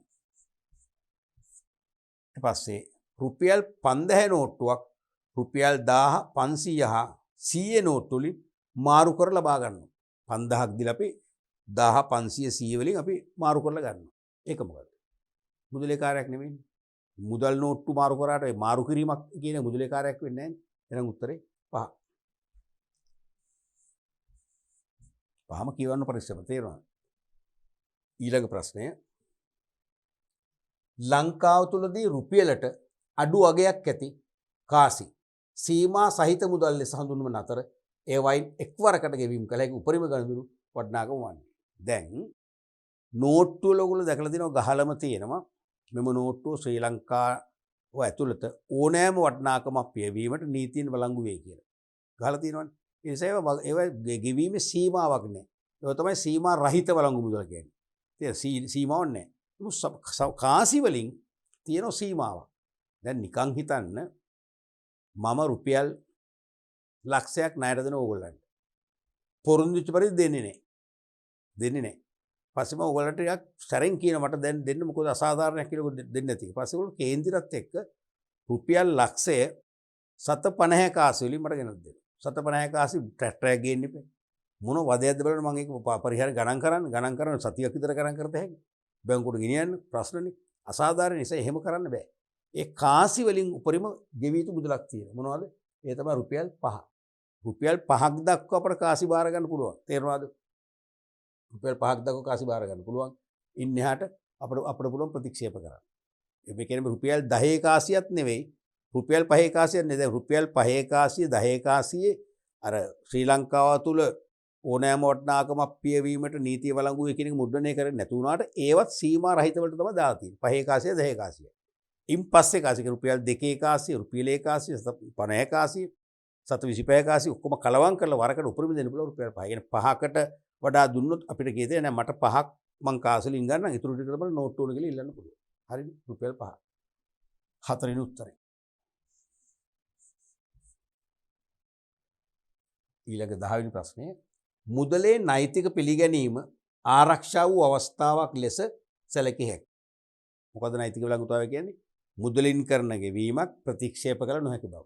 මුදලින් කරන ගෙවීමක් ඕනෑම කෙනෙක් බාර ගන්නවා. අපි මුදලින් ගනුදෙනු කරන්න අපිට චෙක් එකක් දෙන්න. අපි මුදල් බාර ගන්න අපිට ක්‍රෙඩිට් කාඩ් එකක් මං ගෙවන්න. එහෙම නියම කරන්න බෑ. අපිට චෙක් පත් අපි බාර ගන්න මුදල් දෙන එක ඒක කියන්න පුළුවන්. අපි ණයපත් මගින් ගෙවීම බාර ගන්න අපිට ව්‍යවහාර මුදල්ම දෙන්න. එහෙම පුළුවන්. මොකද නෛතික වළංගුතාවයේ තියෙන ව්‍යවහාර මුදල්. මුදලින් ගෙවුවොත් ඒක බැහැර කරන්න බෑ. එහෙනම් මුදලේ නෛතික පිළිගැනීම ආරක්ෂා වූ අවස්ථාවක් ලෙස සැලකිය හැක්කේ. චෙක්පත් මගින් ඉදිරිපත් කරන ගෙවීමක් ප්‍රතික්ෂේප කිරීම ප්‍රශ්නයක් නැහැ. පුළුවන් ප්‍රතික්ෂේප කරන්න. නෛතික වළංගුතාවයට හානියක් නැහැ. මුදලින් කරන ගෙවීමක් මහා පරිමාණ ව්‍යාපාරයක් ප්‍රතික්ෂේප කිරීම. මුදලින් කරන ගෙවීමක් මහා පරිමාණ ව්‍යාපාරයක් ප්‍රතික්ෂේප කරොත් අන්න නෛතික වළංගුතාවයේ බැහැර කිරීමක් වෙනවා. නෛතික වළංගුතාවයෙන් ආරක්ෂා වෙන්නේ නැහැ. අවුරුදු උත්සවයක් සඳහා පසුවට චෙක්පත් මගින් ආධාරයක් ඉල්ලුම් කළද මුදල් පරිත්‍යාගයක් කර එය බාර ගැනීම. ඒක තේරුම් ගන්න කතාව. අවුරුදු උත්සවයට ආධාර ගන්න එනවනේ. ඒකට අවුරුදු උත්සවය සඳහා පසුවට චෙක්පතක් මගින් ආධාරයක් ඉල්ලුම් කර චෙක් එකක් ඉල්ලුවේ කාට හරි ලේසියෙන් පහසුවෙන් ගෙවන්න පුළුවන්. ඒක සල්ලි ළඟ තබා ගන්න එකත් අනාරක්ෂිතයි. ඒ නිසා වෙන්නේ නැති. නමුත් අපිට ඒ පොරොන්දු වුණාට ඒ සල්ලි දෙන මොහොතේ අපිට චෙක් එකක් දෙන්න මොන හරි තපසුවීමක් වුණා අපි සල්ලි දුන්නා. බාරගත්තා. එපයි කිව්වේ නෑ. තේරුණාද? දැන් චෙක් එකක් නිල්ලුවේ අපි ඒත් සල්ලි දුන්නේ. ඒත් ඒක ප්‍රතික්ෂේප කරේ නෑ. අන්න නෛතික පිළිගැනීම ආරක්ෂා වෙච්ච අවස්ථාව. තේරුණාද? ප්‍රතික්ෂේප කරේ නෑ. අන්න ඒක තමයි උත්තරේ. තන්පතු සහතිකයක් හිතවතුගේ උපන්දින සාදයකට පවරා දීම හේතු සැලම නේන උත්තරේ 3.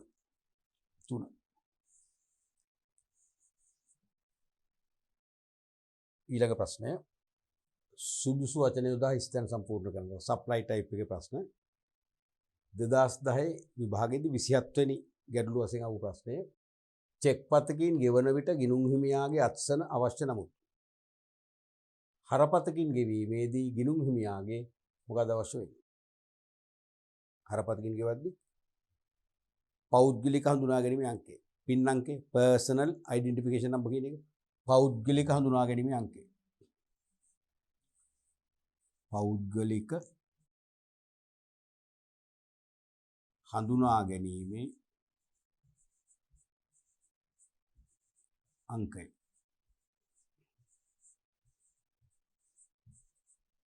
තමයි අවශ්‍ය වෙන්නේ. දැන් මේක විභාගෙට මේ ප්‍රශ්නේ මුකලාට මේකේ තියෙන පොඩි ගැටලුවක්. දැන් චෙක් පතකින් ගෙවනකොට අනිවාර්යයෙන්ම ගිණුම් හිමියාගේ ආදර්ශ අස්සන තියන්නම ඕනේ. නැත්නම් චෙක් පත වළංගු නැහැනේ. හරපතකින් ගෙවනකොට දැන් අපි හරපතනේ දැන් ATM කාඩ් එක වශයෙන් පාවිච්චි කරන දැන් වෙනම කියලා ටෙලර් කාඩ් එකක් නැහැනේ.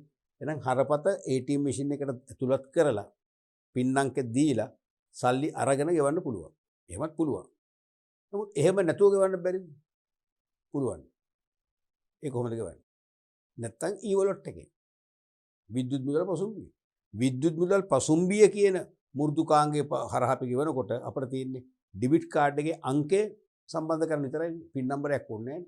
ඩෙබිට් කාඩේ අංකය සම්බන්ධ කරා ලබන්න ගිණුමට කෙලිම මුදල් ප්‍රේෂණය කරා. එතකොට පින් අංකයක් අවශ්‍ය නැහැ. මේක 100%ක්ම හොඳම නැහැ. තේරුණාද?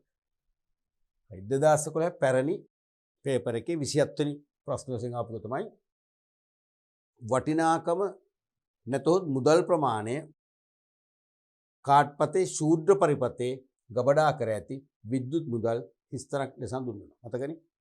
අපි බැංකුවට අදාළ මුදල් ප්‍රමාණය බාර දෙනවා. ඉතින් බැංකුව ලව්වා. බැංකුවේ ඉලෙක්ට්‍රොනික ඩේටා සර්ච් මැෂින් එකක් ලවා අර ප්ලාස්ටික් කාඩ් එකේ චිප් එකට ශූද්‍ර පරිපතේ වටිනාකම ඇතුළත් කරනවා. ඇතුළත් කරලා ඊට පස්සේ නිකන් ණයපතක් වගේ ක්‍රෙඩිට් කාඩ් එකක් වගේ මේ ගෙවීම් කරන්න පාවිච්චි කරනවා. මොකද්ද? ස්මාර්ට් කාඩ් පත නැත්නම් කෑෂ් කාඩ් එක. වඩා හොඳයි ස්මාර්ට් කාඩ් කියලා දැම්මා. Smart card. ස්මාර්ට්. මෙතන අල්රයන් නැතත් කමක් නැහැ. ස්මාර්ට් කිව්වොත් කමක් නැහැ. අල්රයන් සමග කිව්වොත් දෙකම හරි. Smart card. ඊපස්සේ 2012 නව ප්‍රශ්න පත්‍රයේ ආපු 36 වෙනි ගැටලුව අයනු දෙකම තියෙනවා. 36 වෙනි ගැටලුව ස්වයංක්‍රීය ටෙලර් යන්ත්‍රයක් හරහා ගනුදෙනු කිරීමේදී අදාළ කාඩ්පත ඇතුළත් කිරීමෙන් පසු හිස්තනක් සටහන් කළ යුතුය. දැන් ඒ කියන්නේ ATM මැෂින් එකකින් ස්වයංක්‍රීය ටෙලර් යන්ත්‍රයක් කරා ගනුදෙනු කිරීමේදී අදාළ කාඩ්පත මොකක්ද අදාළ කාඩ්පත? එක්කෝ ඩෙබිට් කාඩ් එක නැත්නම් එක්කෝ ණයපත ක්‍රෙඩිට් කාඩ් එක පුළුවන්. හරිනේ? ඇතුළත් කරලා හතර ඩෙබිට් කාඩ් එක ඒතර එතනදී අනිවාර්යයෙන්ම මේ මොකද ATM මැෂින් එක ඕපන් කරන යතුරා සමානයි. තේරෙනවද? ඩෙබිට් කාඩ් එක දැම්මට බෑ. තව මොකද සිග්නල් එක දෙන්න මොකද? පින් අංකය දෙන්න ඕන. පින් අංකය දුන්නොත් තමයි වැඩ කරන්නේ. ඇතුළත් කිරීම පසු පින් අංකය සටහන් කළ යුතුයි. පින් අංකය නැත්නම් පෞද්ගලික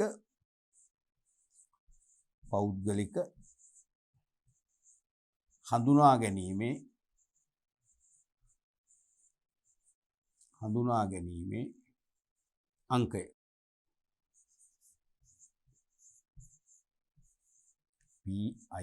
PIN personal identification number සටහන් කරන්න ඕනේ.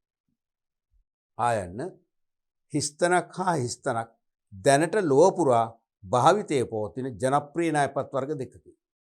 තේරුණාද? ආයන්නෙන් අහන්නේ හිස්තනක් හා හිස්තනක් දැනට ලොව පුරා භාවිතයේ පවතින ජනප්‍රිය ණයපත් වර්ග දෙකකි. දැන් මේක තමයි ප්‍රශ්නේ. දැන් ණයපත් වර්ග ගණනාවක් තියෙනවනේ. ඉතින් ගණනාවක් තියෙද්දි දැන් ගොඩක් වෙයි ජනප්‍රියයිනේ. මාස්ටර් කාඩ් කිව්වත් වීසා කිව්වත් ඇමරිකන් එක්ස්ප්‍රස් ඇම්රෝ ඩිස්කවරි තවත් කී ගණනාවක් තියෙනවනේ. ඔක්කොම ජනප්‍රිය තමයිනේ. ඉතින් හැබැයි ඉතින් ඒක මෙහෙම දැහුවනම් ලංකාවේ කියලා ඇහුවනම් ලංකාව පුරා ජනප්‍රිය කියලා ඇහුවනම් උන්න දෙක ලියන්න තිබුණා. ඉතින් කොහොම මේ අවුරුද්දේ මාකින් ස්කීමින් අපේක්ෂා කළේ වීසා එකයි මාස්ටර් කාඩ් එකයි තමයි. නමුත් ඒක ලෝකේ පුරාකුත් අතර හෙන්දන්නේ එකග වෙන්න පුළුවන් ඕගොල්ලෝ. දැන් ඇමරිකන් එක්ස්ප්‍රස් එක ලෝකේ පුරා ජනප්‍රියයි. ඩිස්කවරි ඊටතර ජනප්‍රියයි නේ.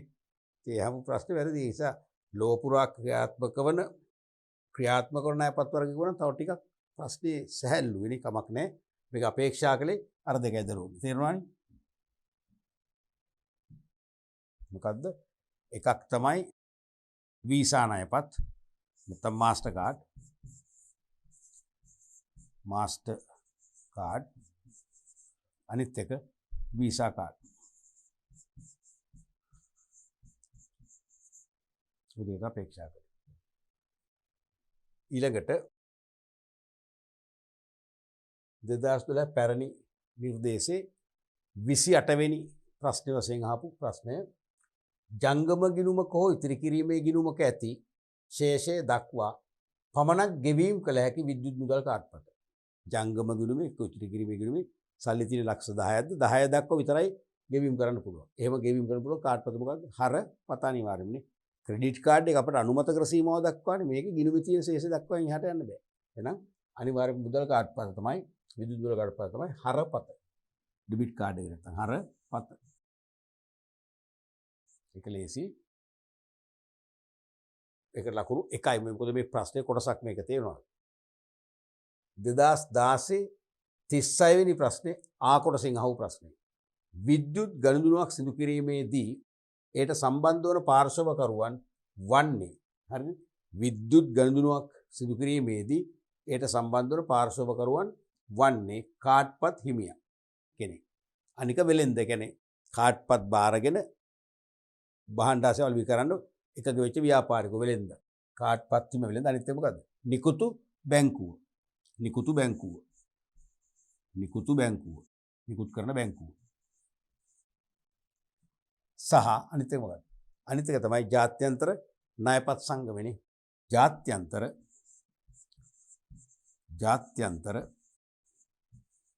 ණයපත් සංගමය.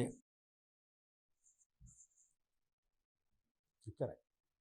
ඊළඟට 2020 මේ අන්තිම අවුරුද්දේ 32 වන ප්‍රශ්නේ. ඒක අයනු කොටස් දෙකම තියෙනවා. ඒ කියන්නේ ලකුණු දෙකම මේකට අදාළයි. මේ පළවෙනි කොටසේ ලකුණු 1යි මේකේ ලකුණු 1යි.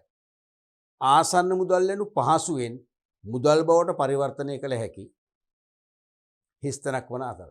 ආසන්න මුදල් යනු පහසුවෙන් මුදල් බවට පරිවර්තනය කළ හැකි හිස්තැනක් වන අතර එය හිස්තැනක් සන්නිධියක් ලෙසද ක්‍රියා කරයි. ආසන්න මුදල් යනු පහසුවෙන් මුදල් බවට පරිවර්තනය කළ හැකි මොනවද? වත්කම් නැත්නම් ද්‍රවශීල වත්කම් වඩා හොඳයි. ද්‍රවශීල වත්කම් වන අතර. ද්‍රවශීලතාවයක් තියෙන නිසා ද්‍රවශීල වත්කම් නිකම්ම වත්කම් කර ලකුණු දුන්නා. නමුත් වඩා හොඳ ද්‍රවශීල වත්කම් වන අතර එය වටිනාකමේ සන්නිධියක් ලෙස මුදලේ කාර්යයක් වන වටිනාකමේ සන්නිධියක් නේ.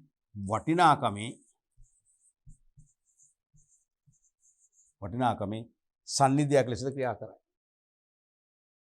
ඊළඟ ප්‍රශ්නය ආයන්න ව්‍යවහාර මුදල් වලට සාපේක්ෂව බැංකු මුදල් වල මොනවද අඩු? ද්‍රවශීලතාව අඩුයි. ව්‍යවහාර මුදල් වල 100යි බැංකු මුදල් වල එච්චර නෑනේ. ද්‍රවශීලතාව බැංකු මුදල් වල ද්‍රවශීලතාවය අඩු වන අතර. ද්‍රවශීලතාවය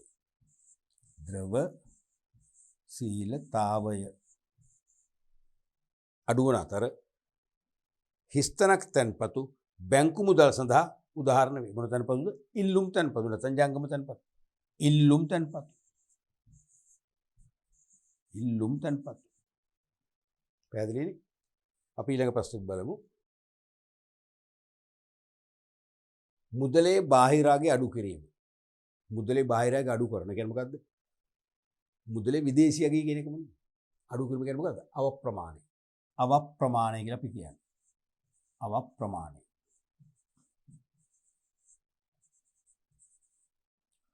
මුදලේ බාහිරාගේ අඩු කිරීම කියන්නේ අවප්‍රමාණය. තේරුණාද? ඒ කියන්නේ මුදලේ බාහිරාගේ අඩු කරනගෙන අපි විදේශ මුදල් ලේඛකයට ගෙවිය යුතු රුපියල් ප්‍රමාණය වැඩි වෙනවා.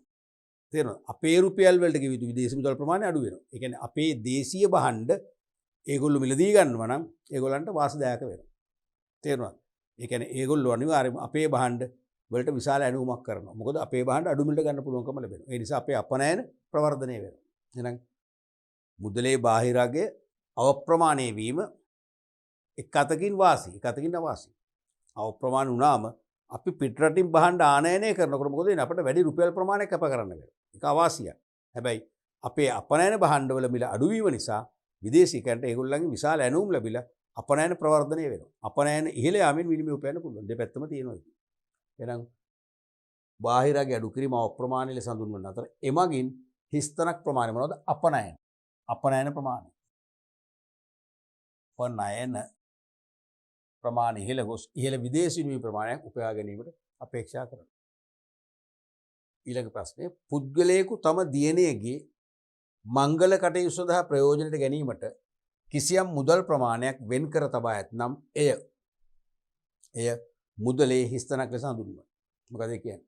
පුද්ගලයෙකු තම දියණියගේ මංගල කටයුතු සඳහා ප්‍රයෝජනයට ගැනීමට කිසියම් මුදල් ප්‍රමාණයක් වෙන් කර තබා ඇතනම් එය මුදලේ මොකද්ද? දියණියගේ මංගල කටයුතු වල තමයි මුදල් රැස් කරන්නේ. එහෙනම් මොකද මේ වටිනාකම් රැස් කිරීමේ මාධ්‍යයක් නැත්නම් වටිනාකමේ සන්නිධියක් කියන එකනේ. වටිනාකමේ සන්නිධියක්. වටිනාකමේ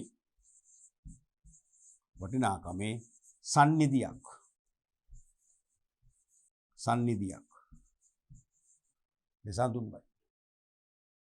ඊළඟට පාරිභෝගිකයන් විසින් කරනු ලබන වියදම් වල පාලනය ගිලිහී යන මුදල් වර්ගයේ වනුයි.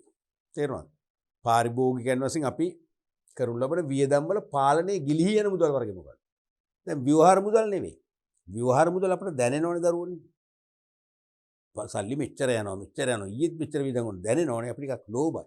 අපි ඒක පාලනය කරගන්නවා. නමුත් ණයපත් වලින් හරපත් වලින් ගෙවීම් කරද්දී අපිට පාලනයක් නැහැ. දැන් හරපතේ කමක් නැහැ කිව්වයි. ගිණුමේ සල්ලි තියෙන තාක්කල් විතරයිනේ. ගිණුමේ සල්ලි රුපියල් 10 දාන්න 10 එහා ගන්න කරන්න බෑ.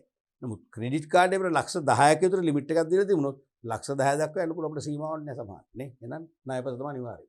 ණයපත. එතන ණය කාඩ් පත.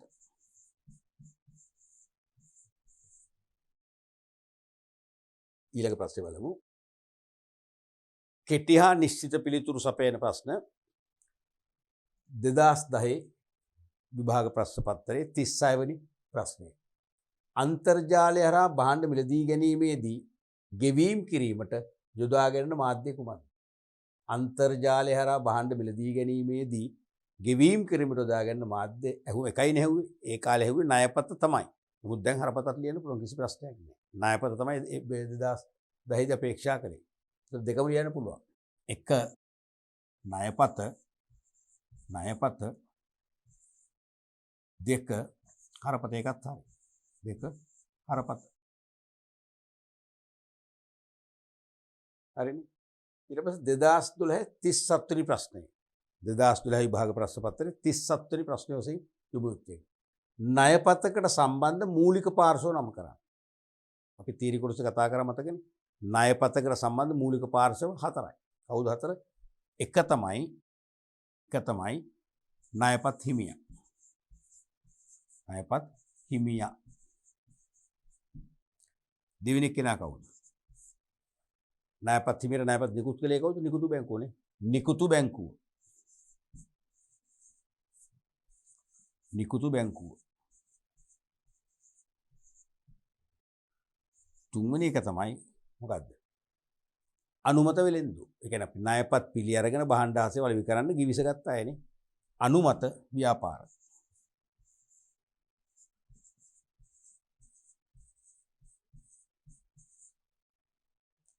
හතරවෙනි එක මොකද්ද? ණයපත් නිකුත් කරන්නේ විදේශ ජාත්‍යන්තර ණයපත් සංගමයක් වගේ. එහෙනම් ඒකත් සම්බන්ධයි. කියන්නේ ජාත්‍යන්තර ණයපත් සංගමය. පැහැදිලිනේ? ඔන්න හතර දෙනාම සම්බන්ධයි. මේකට ලකුණු භාගයේ බැගින් ලකුණු දෙකක් ලැබෙනවා. ඊළඟ ප්‍රශ්නෙත් බලමු.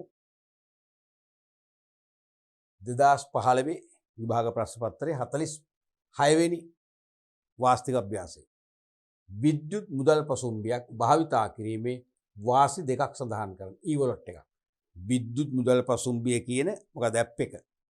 යෙදවු මෘදුකාංගේ පාවිච්චි කරලා අපිට පුළුවන් එක්ක ණයපත නැත්නම් හරපත සම්බන්ධ කරගෙන ක්ෂණිකව ගෙවීම් කරන්න. ඒක මොකද්ද වෙන්නේ? අපිට කාලය ඉතුරු වෙනවා. අපිට එහෙම දුවන්න දෙයක් නැහැ. බැංකුවට යන්න දෙයක් නැහැ නේ. ඒක පළවෙනි එක තමයි කාලය ඉතිරි වීම.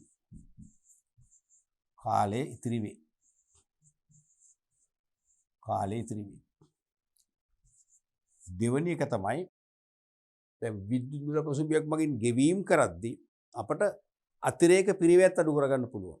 අපි බැංකුවට යනවනම් අපි ප්‍රවාහන ගාස්තුවක් යනවනේ. ඒ වගේ ප්‍රශ්නත් නැහැනේ. ලියන්න පුළුවන් අතිරේක පිරිවැය. අතිරේක පිරිවැය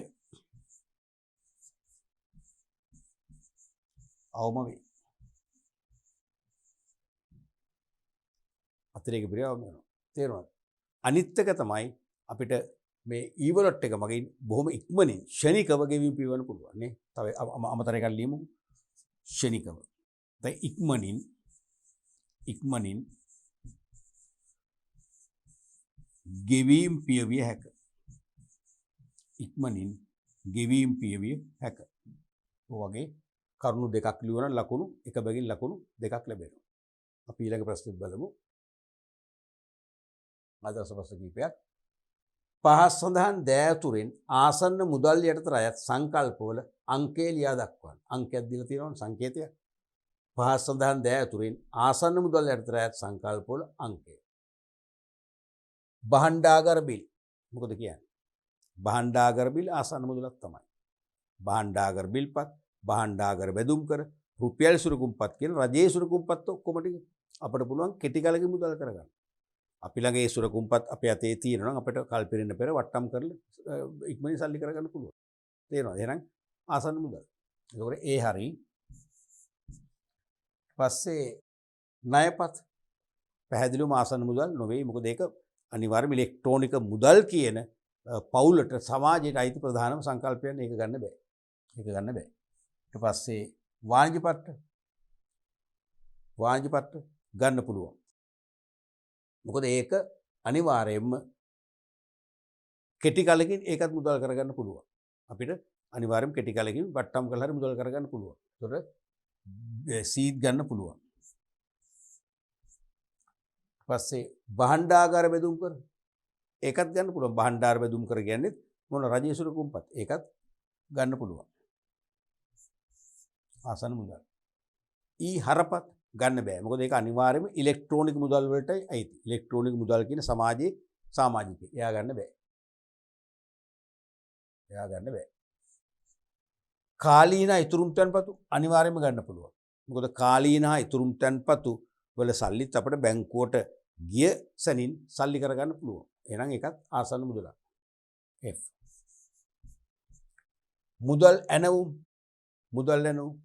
මුදල් ඇනවුම් ආසන්න මුදල් වශයෙන් පිළිගන්නේ නැහැ නේ. මුදල් ඇනවුම් කියන එක දැන් භාවිතෙන් ඉවත් වෙලත් නෑනේ. තේරුණාද?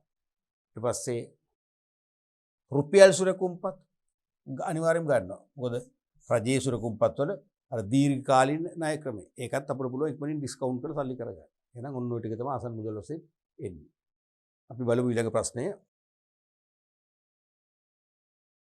යම් මූල්‍ය උපකරණයක් ආසන්න මුදල් ලෙස පිළිගැනීමට ඉටු විය යුතු අවශ්‍යතාව කවරේද? යම් මූල්‍ය උපකරණයක් ආසන්න මුදල් ලෙස පිළිගැනීමට ඉටු විය යුතු අවශ්‍යතා කවරේද? පැහැදිලිද? දැන් කිසියම් මූල්‍ය උපකරණයක් ආසන්න මුදල් වශයෙන් පිළිගන්න නම් අවශ්‍යතා කීපයක් ඉෂ්ට වෙන්න ඕනේ. එකක් තමයි ඉක්මනින් මුදල් බවට නැත්නම් ද්‍රවශීලතාවයට පත් කරගන්න පුළුවන් වෙන්න ඕනේ. තේරුණාද? අනිත් එක පහසුවෙන් මේ දේ කරගන්න පුළුවන් වෙන්නත් ඕනේ. වැඩි මහන්සියක් කාලයක් ගන්න නැතුව. තේරුණාද? පහසුවෙන්. එකක් ලියන්න පුළුවන් ඉක්මනින් මුදල් කරගත හැකි වීම.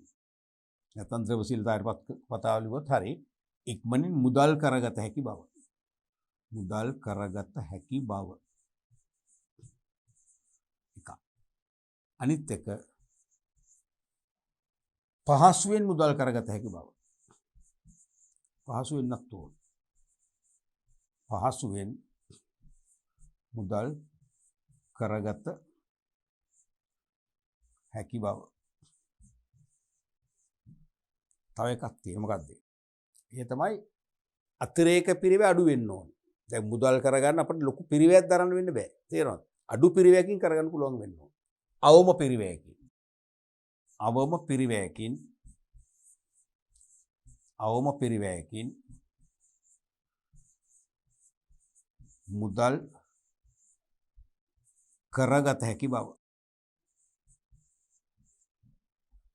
අවම පිරිවැයකින් මුදල් කරගත හැකි බව.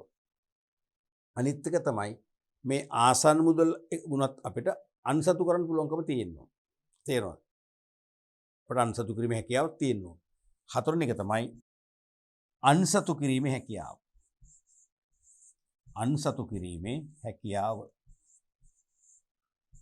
අන්සතු කිරීමේ හැකියාව. ඒත් හරි. ඔය වගේ ගුණාංග කීපයක් තියෙනවා. මේකෙන් දෙකක් ලියුවනම් ලකුණු දෙකක් ලබා ගන්න පුළුවන්. අපි බලමු ඊළඟ ප්‍රශ්නේ. ගෙවීම් පියවීමේදී ව්‍යවහාර මුදල් වඩාත් පහසු ගෙවීම් මාධ්‍යයක් ලෙස පිළිගනු ලබන්නේ මක් නිසාද? දැන් ගෙවීම් පියවනකොට ණයපත් වලින් පුළුවන්, හරපත් මගින් ඊවලට් එකක් පාවිච්චි කරලා පුළුවන්. නමුත් ව්‍යවහාර මුදලින් ගෙවීම් කිරීම වඩාත් පහසු මාධ්‍යයක් වෙලා තියෙනවා. ඒයි මෙන්න මේ වගේ උත්තර. එකක් තමයි ද්‍රවශීලතාවයේ 100ක් තියෙනවා. ද්‍රවශීලතාවයේ 100ක් කාටත් ඒක නිසා පහසු එක. ආයි කන්වර්ට් කරන දෙයක් නැහැ. තේරෙනවද මුදල් වලට? නෛතික වළංගුතාවය ඇති නිසා ඕනෑම අයෙකු පිළිගැනීම. නෛතික වළංගුතාවය තියෙනවනේ. ඒ නිසා කවුරුත් ප්‍රතික්ෂේප කරන්න හරි ලේසි. ඒ නිසා ගෙවන්න පුළුවන්. දැන් චෙක් එකක් ණයපතක් වුණත් ප්‍රතික්ෂේප කරන්න පුළුවන්. මේක එහෙම අවදානමක් නෑ. තුන්වෙනි එක තමයි ඕනෑම අවස්ථාවක ඕනෑම ස්ථානයකදී ගෙවීම සඳහා යොදා ගන්න පුළුවන්.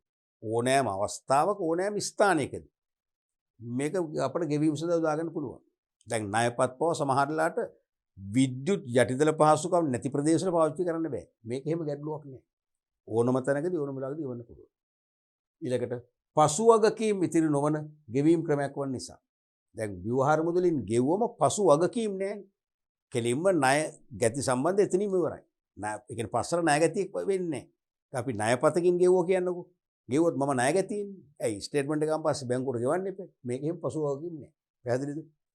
ඊළඟට ඕනෑම අයෙකුට මේ මුදල් භාවිතා කර පහසුවෙන් ගෙවීම් කළ හැකි නිසා ඕනෑම අයෙකුට උගත් නූගත් ප්‍රශ්නයක් නැහැ. දැන් සමහරවල් අපි ණයපත් පාවිච්චි කරන්නේ නැත්තේ නූගත් අය බයට. ඒක සංකීර්ණ ක්‍රියාවලියක් කියන. ව්‍යවහාර මුදල් එහෙම ගැටලුවක් නැහැ. අකුරු දත් අය අකුරු නොදත් අය හැමෝටම පාවිච්චි කරන්න පුළුවන්. අනිත් එක තමයි අතිරේක පිරිවැයක් නැහැ. දැන් ණයපත් වලින් පවා ගෙවීම් කරද්දී අපිට අතිරේක පිරිවැයක් දරන්න තියෙනවා. අපේ සේවා ගාස්තු අය කරනවා. පමා ගාස්තු අය කරනවා. මේවා එහෙම අතිරේක පිරිවැය මොකුත් නැහැ. අන්න ඒ නිසා ව්‍යවහාර මුදල් කවදත් පහසු මාධ්‍යයක් වශයෙන් පිළිගන්නවා. පැහැදිලිද? ඒ වගේ කරුණු හතරකට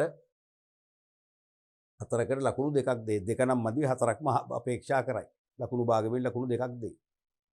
එතකොට මේකට ඒතර ලකුණු ඔබ ලියන්න ඕනේ 4. වැඩි කිරීම භාගය සමානයි ලකුණු දෙකක් හම්බෙන්නේ එතකොටයි. 4ම ලියන්න තේරෙනවද? කලාතුරකින් තමයි මේ වගේ එකකට දෙකක් අපේක්ෂා කරන්නේ. ඊළඟට ව්‍යවහාර මුදලින් ගෙවීම් පියවීමේදී පවතින අවාසි දෙකක් සඳහන් කරනවා. මෙතෙක් අහලා නැහැ. අහන්න පුළුවන් ආසන්න ප්‍රශ්නයක් මේක. අපි ඒක විභාගයට ඇහුවම් පස්සේ උගන්වන්න වැඩක් නැහැනේ. විභාගයට අහන්න පෙර උගන්වන එක තමයි අපේ වගකීම වෙන්නේ. ඔබේ වගකීම විභාගයට පෙර මේ වගේ ප්‍රශ්නවලින් ඔබ සන්නද්ධ වෙන එක. ව්‍යවහාර මුදලින් ගෙවීම් පියවීමේදී පවතින අවාසි දෙකක්. එකක් තමයි විශාල මුදලක් ගෙන යාමේ අපහසු හා අවදානම්. ව්‍යවහාර මුදලින් ගෙවීම කරද්දී අපිට විශාලව කියන පිටුම දැන් නිවසක් හදන්න අවශ්‍ය ගොඩනැගිලි උපකරණ කියලා බිල්ඩින් මැටීරියල්ස් ගන්නකොට ලක්ෂ ගාණක බඩු ගන්න වෙනවනේ. ඒතකොට ඒ සල්ලි ගෙනිච්චොත් මොකද වෙන්නේ? ඒ සල්ලි අපිට අරන් යනකොට පේනවා ලොකු බෑග් එකක. සමහරට ගෝණියක දාන්න. සමහරට නත්තල් සිය වගේ තමයි ළඟ යන්න වෙන්නේ. මොකද වෙන්නේ? අනිවාර්යයෙන්ම ගැට කපන්නන්ගේ ග්‍රහණයට අසු වෙනවමයි නේ. ලොකු අවදානමක් තියෙනවා ඒක. අනික විශාල මුදලක් ගණන් කිරීමට වැඩි පරිශ්‍රමයක් දරන්න වෙනවා. ඒ සල්ලි මිටි ගණන් තියෙන 100 බණ්ඩලේ තියෙන 100 කට්ටල් 100 බණ්ඩල් තියෙන. ඒවා ගණන් කරාම සමහරට එක වතාවක් 99 ගණන් වෙනවා. ඊළඟ වතාව 100 ගණන් වෙනවා. දැන් සැකයි ආයි ගණන් කරනවා. 101යි ආයි ගණන් කරනවා. ඔහොම නෙවෙයි. හරි වෙලාවක් යනවා. ලොකු පරිශ්‍රමයක් දරන්න වෙනවා. දැන් ක්‍රෙඩිට් කාඩ් එහෙම නෑ අපි දුන්නා ගෙවුවා. චෙක් පතන්න ලිව්වා අස්සම් කරලා දුන්නානේ. ඊළඟට මුදල් ගණන් කිරීමේදී අතපසුවීම් සිදු වෙන්න පුළුවන්. ඇත්තටම අපට වැරදිලා අපිට අඩුවෙන් සල්ලි දෙන්න පුළුවන්. වැඩියෙන් සල්ලි අපේ තියන්නත් පුළුවන්. අතපසුවීම් වෙනවා. ඊළඟට කුඩා අගෙන් යුත් නෝට්ටු හා කාසිවල හිඟේ නිසා ඇතැම් ගෙවීම් කිරීම අපහසු වීම. දැන් රුපියල් 2 කොලයක් භාවිතා වෙන්නේ නැහැ දැන්. 5 නෝට්ටුව භාවිතා වෙන්නේ නැහැ. 5 කාසි 2 කාසි වල හිඟයක් තියෙන නිසා කුඩා ගණන් රුපියවන්න අපහසුයක් වෙනවා. ඊළඟට ගෙවීම් පිය වූ බවට ලිඛිත සාක්ෂියක් නොමැති වීම. ව්‍යවහාර මුදලින් ගණනු කරද්දී සමහර අපේ කුවිතාංශයක් අපි ඉල්ලලා ගත්තේ නැත්නම් ලිඛිත සාක්ෂියක් නැහැ. ගෙවීම් කළකොට සාක්ෂියක් නැහැ. එහෙම අවශ්‍යත් තියෙනවා. ඒ වගේ කරුණු 4කට ලකුණු භාගයකින් ලකුණු 2ක් ගන්න පුළුවන්. අපි ඊළඟ ප්‍රශ්නෙත් බලමු. වර්තමාන උද්දමනකාරී ආර්ථික තත්ත්වයක් තුල මුදල් තවදුරටත් වටිනාකමේ සන්නිධියක් ලෙස ක්‍රියා නොකරයි පැහැදිලි කරන්නේ. වර්තමාන උද්දමනකාරී ආර්ථික තත්ත්වයක් තුල මුදල් කියන මාධ්‍ය වටිනාකමේ සන්නිධියක් ලෙස ක්‍රියා නොකරයි කියලා කියන්නේ. කියන්නේ වටිනාකමේ සන්නිධියක් ලෙස ක්‍රියා කිරීම කියන කාර්ය නිෂ්ඵල කාර්යයක් කියලා පිළිගන්නේ. ඒක හරි. මොකද හේතුව උද්දමනයට සාපේක්ෂව මුදලේ ක්‍රය ශක්තිය නැත්නම් මූර්තගේ අඩු වන බැවින්. අනාගත වුමනා සපුරා ගැනීමට අවශ්‍ය භාණ්ඩ හා සේවා අත්පත් කර ගැනීමේ හැකියාව සම්පූර්ණ නොවන නිසා වටිනාකමේ සන්නිධියක් වෙන්නේ නැහැ කියලා තමයි ප්‍රතිස්ථානය. අපි හිතමු මෙහෙම. අපි යම්කිසි ඉඩමක් මිලදී ගන්න කියලා ඉඩමක් පර්චස් එකක් රුපියල් 10000යි පර්චස් 10ක් ගන්න තියෙනවා. රුපියල් ලක්ෂයක් ඕනනේ එතකොට. පර්ච් එක රුපියල් 10යි පර්චස් 10ක් ගන්න ලක්ෂයක් ඕනේ. අපි ලබන අවුරුද්දේ කොහොම හරි මේ ඉලක්කයට යනවා. මම මේ ඉඩම් කෑල්ල ගන්නවා. මොකද පිටායට විකුණන්නෙත් නැහැ. අපි දන්න අඳුරන කෙනකින් ගන්න යන්නේ. තේරුණාද? හිතන්න යා කියනවා ඒ සල්ලි ලෑස්ති කරන් එන්නකෝ කියලා. අවුරුද්දක්ම යනවා කියන්නකෝ. අවුරුද්ද යනකොට මේ ඉඩම් මිල මොකද වෙන්නේ? ඉහළ යනවා. තේරුණා? උද්දමනෙත් වහන්න වෙලේ ඉහළ යනවනේ. ඉහළ යනකොට මේ ඉඩමේ වටිනාකම දැන් ලක්ෂ 2ක් වෙනවා. දැන් ලක්ෂෙ මදි. එතකොට යා කියනවා අයියෝ දැන් ඉතින් ලක්ෂ 3කටවත් මේක දෙන්න පුළුවන්. මම එහෙම කරන්නේ මට ලක්ෂ 2ක්වත් දෙන්න කියලා. දැන් මොකද වෙන්නේ? අපි තව කල් ඉල්ලනවා. දැන් ලක්ෂ 2ක් ලෑස්ති කරන් යනවා. අවුරුද්දකට පස්සේ ආය යන්නේ. මොකද ලක්ෂ 3ක් පැනලා දැන්. ගන්න පුළුවන්ද? ගන්න බෑ. ඒ නිසා උද්දමනයක් නොතිබුණා නම් අපි රුපියල් ලක්ෂ ලෑස්ති කරන් ගිය ගමන් අපිට ඉඩම පොරොන්දු වෙච්ච පරිදි ගන්න පුළුවන්. තේරෙනවද? ඒ නිසා උද්දමනයට සාපේක්ෂව මුදලේ ක්‍රය ශක්තිය අඩු වෙන බැවින් අනාගත වුමනා සපුරා ගැනීමට අවශ්‍ය භාණ්ඩ ආසවත්පත් කර ගැනීම හැකියාව සම්පූර්ණ වෙන්නේ නැහැ. තේරෙනවද? ඒ නිසා වටිනාකමේ සම්නිධියක් කියන කතාව නාමිකයි දැන් ඒක. උද්දමනයත් එක්ක බලන්න. ඊළඟ ප්‍රශ්නය මුදල් විලම්බීත ගෙවීම් මාධ්‍යයක් ලෙස ඩිෆර්ඩ් පේමන්ට් සිස්ටම් එක. මුදල් විලම්බීත ගෙවීම් මාධ්‍යයක් ලෙස ක්‍රියා කිරීමේදී ණය ගැතියන්ට හා ණය හිමියන්ට වෙනස් ආකාරයෙන් බලපෑම් කරන ආකාරය පැහැදිලි කරන්න. දැන් මුදල් විලම්බීත ගෙවීම් මාධ්‍යයක් වශයෙන් පාවිච්චි කරනවානේ. ඒතර එතනටත් උද්දමනයේ සම්බන්ධ තියෙනවා. තේරුණාද? මුලින්ම බලමු ණය ගැතියන්ට. මුලින්ම ණය ගැතියන්ට. ණය ගැතියන්ට. දැන් මුදලයාගේ එන්නේ අඩු වෙන එක නෙවෙන්නේ. මුදලයාගේ අඩු වෙනකොට මිනිස්සුන්ගේ වැටුප් වැඩි වෙනවා. නේ? මිනිස්සු ලැබෙන ආදායම් වැඩි වෙනවා. එහෙම නෙවෙන්නේ. එතකොට ඇත්තට දැන් අපි ණය ගැතිය කියන ණය ගත්ත කෙනානේ. ණයක් අරගෙන අපි හිතමු රුපියල් 10 ගානේ මාසෙට වාරිකයක් ගෙවනවා කියන්නකෝ. මුල් මාසවල මේ වාරිකය දැනෙනවා. හැබැයි මාස 6ක් 7ක් යනකොට ටිකක් අඩු වෙනවා. අවුරුද්දක් යනකොට තව ටිකක් මේකේ බර අඩු වෙනවා. ප්‍රදැනීම අඩු වෙනවා. එහෙම නෙවෙන්නේ. මට මතකයි මම විශ්වවිද්‍යාලයෙන් පාස් අවුට් වෙලා කොළඹ නවාතනක ඉන්න අතරේ මම මේ ගත්ත පොඩි ටීවී එකක් ගෙවීමේ ක්‍රමයට. එතකොට රුපියල් එක වාරිකය 900 ගානයි. අවුරුදු දෙකක් දුකද ගෙවන්න ගත්තේ. මුල් මාස දෙක තුනේදී 900 ගානක් කියන්නේ මගේ මුළු ආදායම රුපියල් 1500ක් ඒ කාලේ. එතකොට මට ජීවත් වෙන එක ලොකු ප්‍රශ්නයක් වුණා. නමුත් ඊට පස්සේ මාස 4 5 6 යනකොට මගේ ආදායම් තව තව වැඩි වුණා. මට ඊට පස්සේ 900 ගානක් ඇත්තේ නැහැ. අන්තිම හරිය වෙනකොට ණය ගැතියට මේක වාසිදායකයි. ඒ කියන්නේ බහන්නේ පාවිච්චි කරන ගමන් තමයි ගෙවන්නේ. ඒ ගෙවන වාරිකය දැන් දරන්න පුළුවන්. මොකද ආදායම් වැඩි වෙලා. තේරුණාද? හැබැයි ණය හිමියට මොකද වෙන්නේ? ණය හිමියට අවාසි. දැන් ණය හිමියට දැන් මම රුපියල් ලක්ෂයක් නම් ගත්තේ. ওই ලක්ෂය මම අවුරුදු දෙකකින් නම් ගෙවානිම කරන්නේ. අවුරුදු දෙකකට පස්සේ ණය හිමියට ලක්ෂ ලැබෙනකොට කරන්න පුළුවන් දේ ඉතාම අඩුයි. නමුත් අඩු ගානේ මාස 2ක් 3ක් ඇතුළතදීවත් ලක්ෂ ලැබුණා නම් ණය හිමියට බොහෝ දේ මිලදී ගන්න පුළුවන්. ඒකෙන් ක්‍රය ශක්තිය වැඩි. මූර්තගේ වැඩිනේ. තේරෙනවද? ණය හිමියට වාසි. ණය ගැතියට වාසි. පැහැදිලිද? right. එහෙනම් මෙතන ලියන්න ඕනේ. ඔව්. ණය ගැතියන්ට මූර්තගේ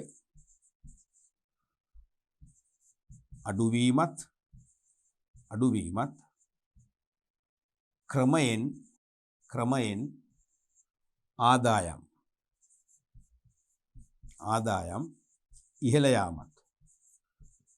ඉහළ යාමත් නිසා වාසිදායක වෙනවා.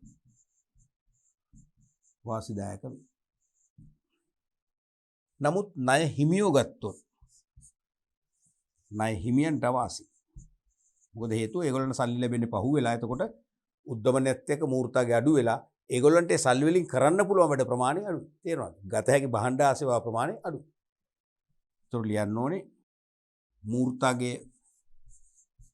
මූර්තගේ අඩුවීම නිසා ඔවුන්ගේ ක්‍රය ශක්තිය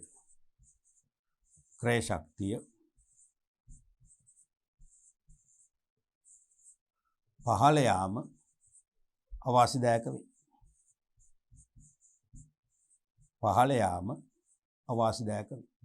පැහැදිලිනේ? ඒ කරුණු දෙකම ලියන්න ලකුණු දෙකක් ගන්න.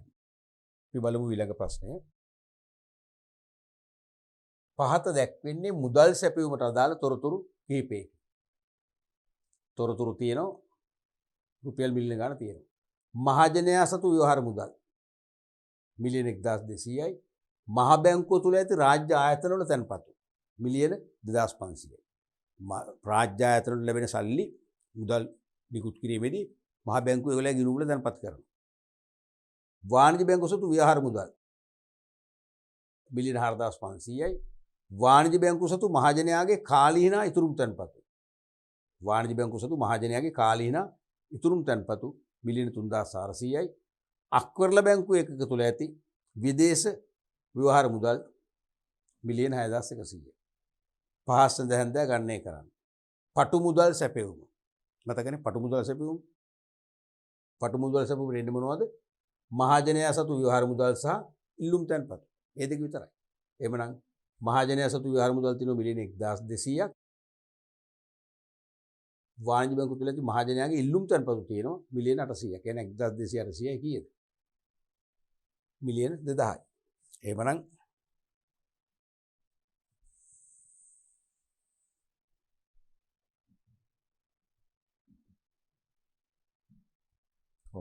එහෙනම් පළවෙනි එක එන්න ඕනේ. පළවෙනි එක එන්න ඕනේ මිලියන 1200 ධන 800 මිලියන 2000යි. හරිනේ. ඒ කියන්නේ මහජනයා සතු ව්‍යවහාර මුදල් සහ ඉල්ලුම් තැන්පතු එකතු වෙනවා. ඊට පස්සේ පුළුල් මුදල් සැපයුම කියන්නේ දෙවැනි එක. ඕකට එකතු වෙනවා මොකද්ද?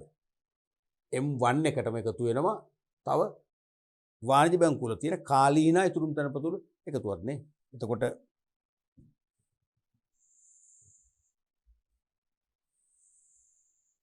බලන්න වාණිජ බැංකුව තුළ ඇති වාණිජ බැංකුව සතු ව්‍යවහාර මුදල් වාණිජ බැංකුව සතු මහජනයාගේ කාලීන ඉතුරුම් තැන්පතු ප්‍රමාණයක් තියෙනවා.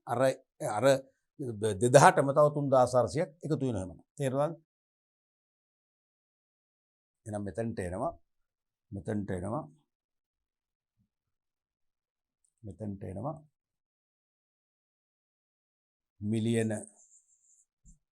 මිලියන 2000 වැඩි කිරීම 3400. ඒ කියන්නේ 5400ක් වෙනවා. පුළුල් මුදල් සැපයුම 5400ක් වෙනවා. ඊට පස්සේ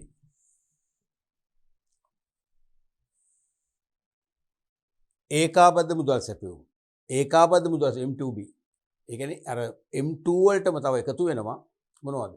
අක්‍රල බැංකුව එකක තුල ඇති විදේශ ව්‍යවහාර මුදල් ප්‍රමාණයත් එකතු වෙනවා. අනිත් වෙන්නේ නැහැ මහජන සතු එකේ ඉන්නේ. ඔව්. අන්න ඒ අර උත්තරේටම තව එනවා 6100ක් එකතු වෙනවා.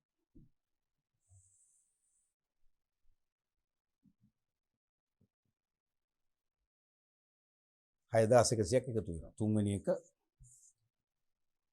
එනම් මිලියන 5400ට එකතු වෙනවා තව 6100. ඒ කියන්නේ 500යි 11500ක් වෙනවා. ඊළඟට අධිබලති මුදල් නැත්නම් සංචිත මුදල්. මතකනේ අධිබලති මුදල් කියන්නේ මහා බැංකුව කාසියානුවට මුද්‍රණය කරලා මහජනයාට නිකුත් කිරීමේදී ඇති වෙන තත්ත්වය. ඒකට අපි කිව්වා මහජනයා සතු ව්‍යවහාර මුදල්, වාණිජ බැංකුව සතු මුදල්, රාජ්‍ය ආයතන, මහ බැංකුවේ පවත්වන තැන්පතු කියන වර්ග තුනක එකතුවක් තමයි අධිබලති මුදල් කියලා එන්නේ. එතකොට බලමු ඒකට මොනවද එන්නේ කියලා. එතකොට මහජනයා සතු ව්‍යවහාර මුදල් අනිවාර්යයෙන්ම 1200 එනවා. තේරුණාද? 1200 එනවා. ඊට මේක පැත්තකින් ලියමුකෝ. එතන 1200 එනවා. ඊට පස්සේ මහ බැංකුව තුල ඇති රාජ්‍ය ආයතන තැන්පතු ඒ 2500ක් අනිවාර්යයෙන්ම එන්න ඕනේ මෙතනට. 2500යි. ඊට පස්සේ වාණිජ බැංකුව තුළ ඇති ඉල්ලුම් තැන්පතු එතනට එන්නේ නැහැ. වාණිජ බැංකුව සතු විහාර මුදල් අනිවාර්යයෙන් මෙතනට එන්න ඕනේ. 4500 ඉන්නම ඕනේ. තේරුණාද? මේ දෙක ඉන්නේ නැහැ නම් මෙන්න මේ තුනේම එකතුව තමයි අධිබලති මුදල් කියන්නේ. ඒ කියන්නේ කීයද? 0යි 12යි 5යි 3යි 8යි 8200ක් වෙනවා නේ. එහෙනම් එමනම් හතරවෙනි එකට එනවා 8200 මිලියන 8200ක් වෙනවා. එච්චරයි. උදාහරණයක් අපි මේ පාඩම් පරිච්ඡේදය තුලින් 7 වන ඒකකයේ මුදල් සම්බන්ධ පාඩමට දාල වාස්තික ප්‍රශ්න 2010 සිට 20 දක්වා විභාග ප්‍රශ්න පත්‍ර 11කට දාලා යොමු කර ප්‍රශ්න සාකච්ඡා කළ අමතරව අනුරූප ප්‍රශ්න සමග ඒ කියන්නේ ආදර්ශ ප්‍රශ්න කීපයක් සමග සහ ලකුණු දෙන ආකාරයත් සමග දැන් මුදල් ඒකකේ අපි වැඩ අවසන් කරන්න යන්නේ.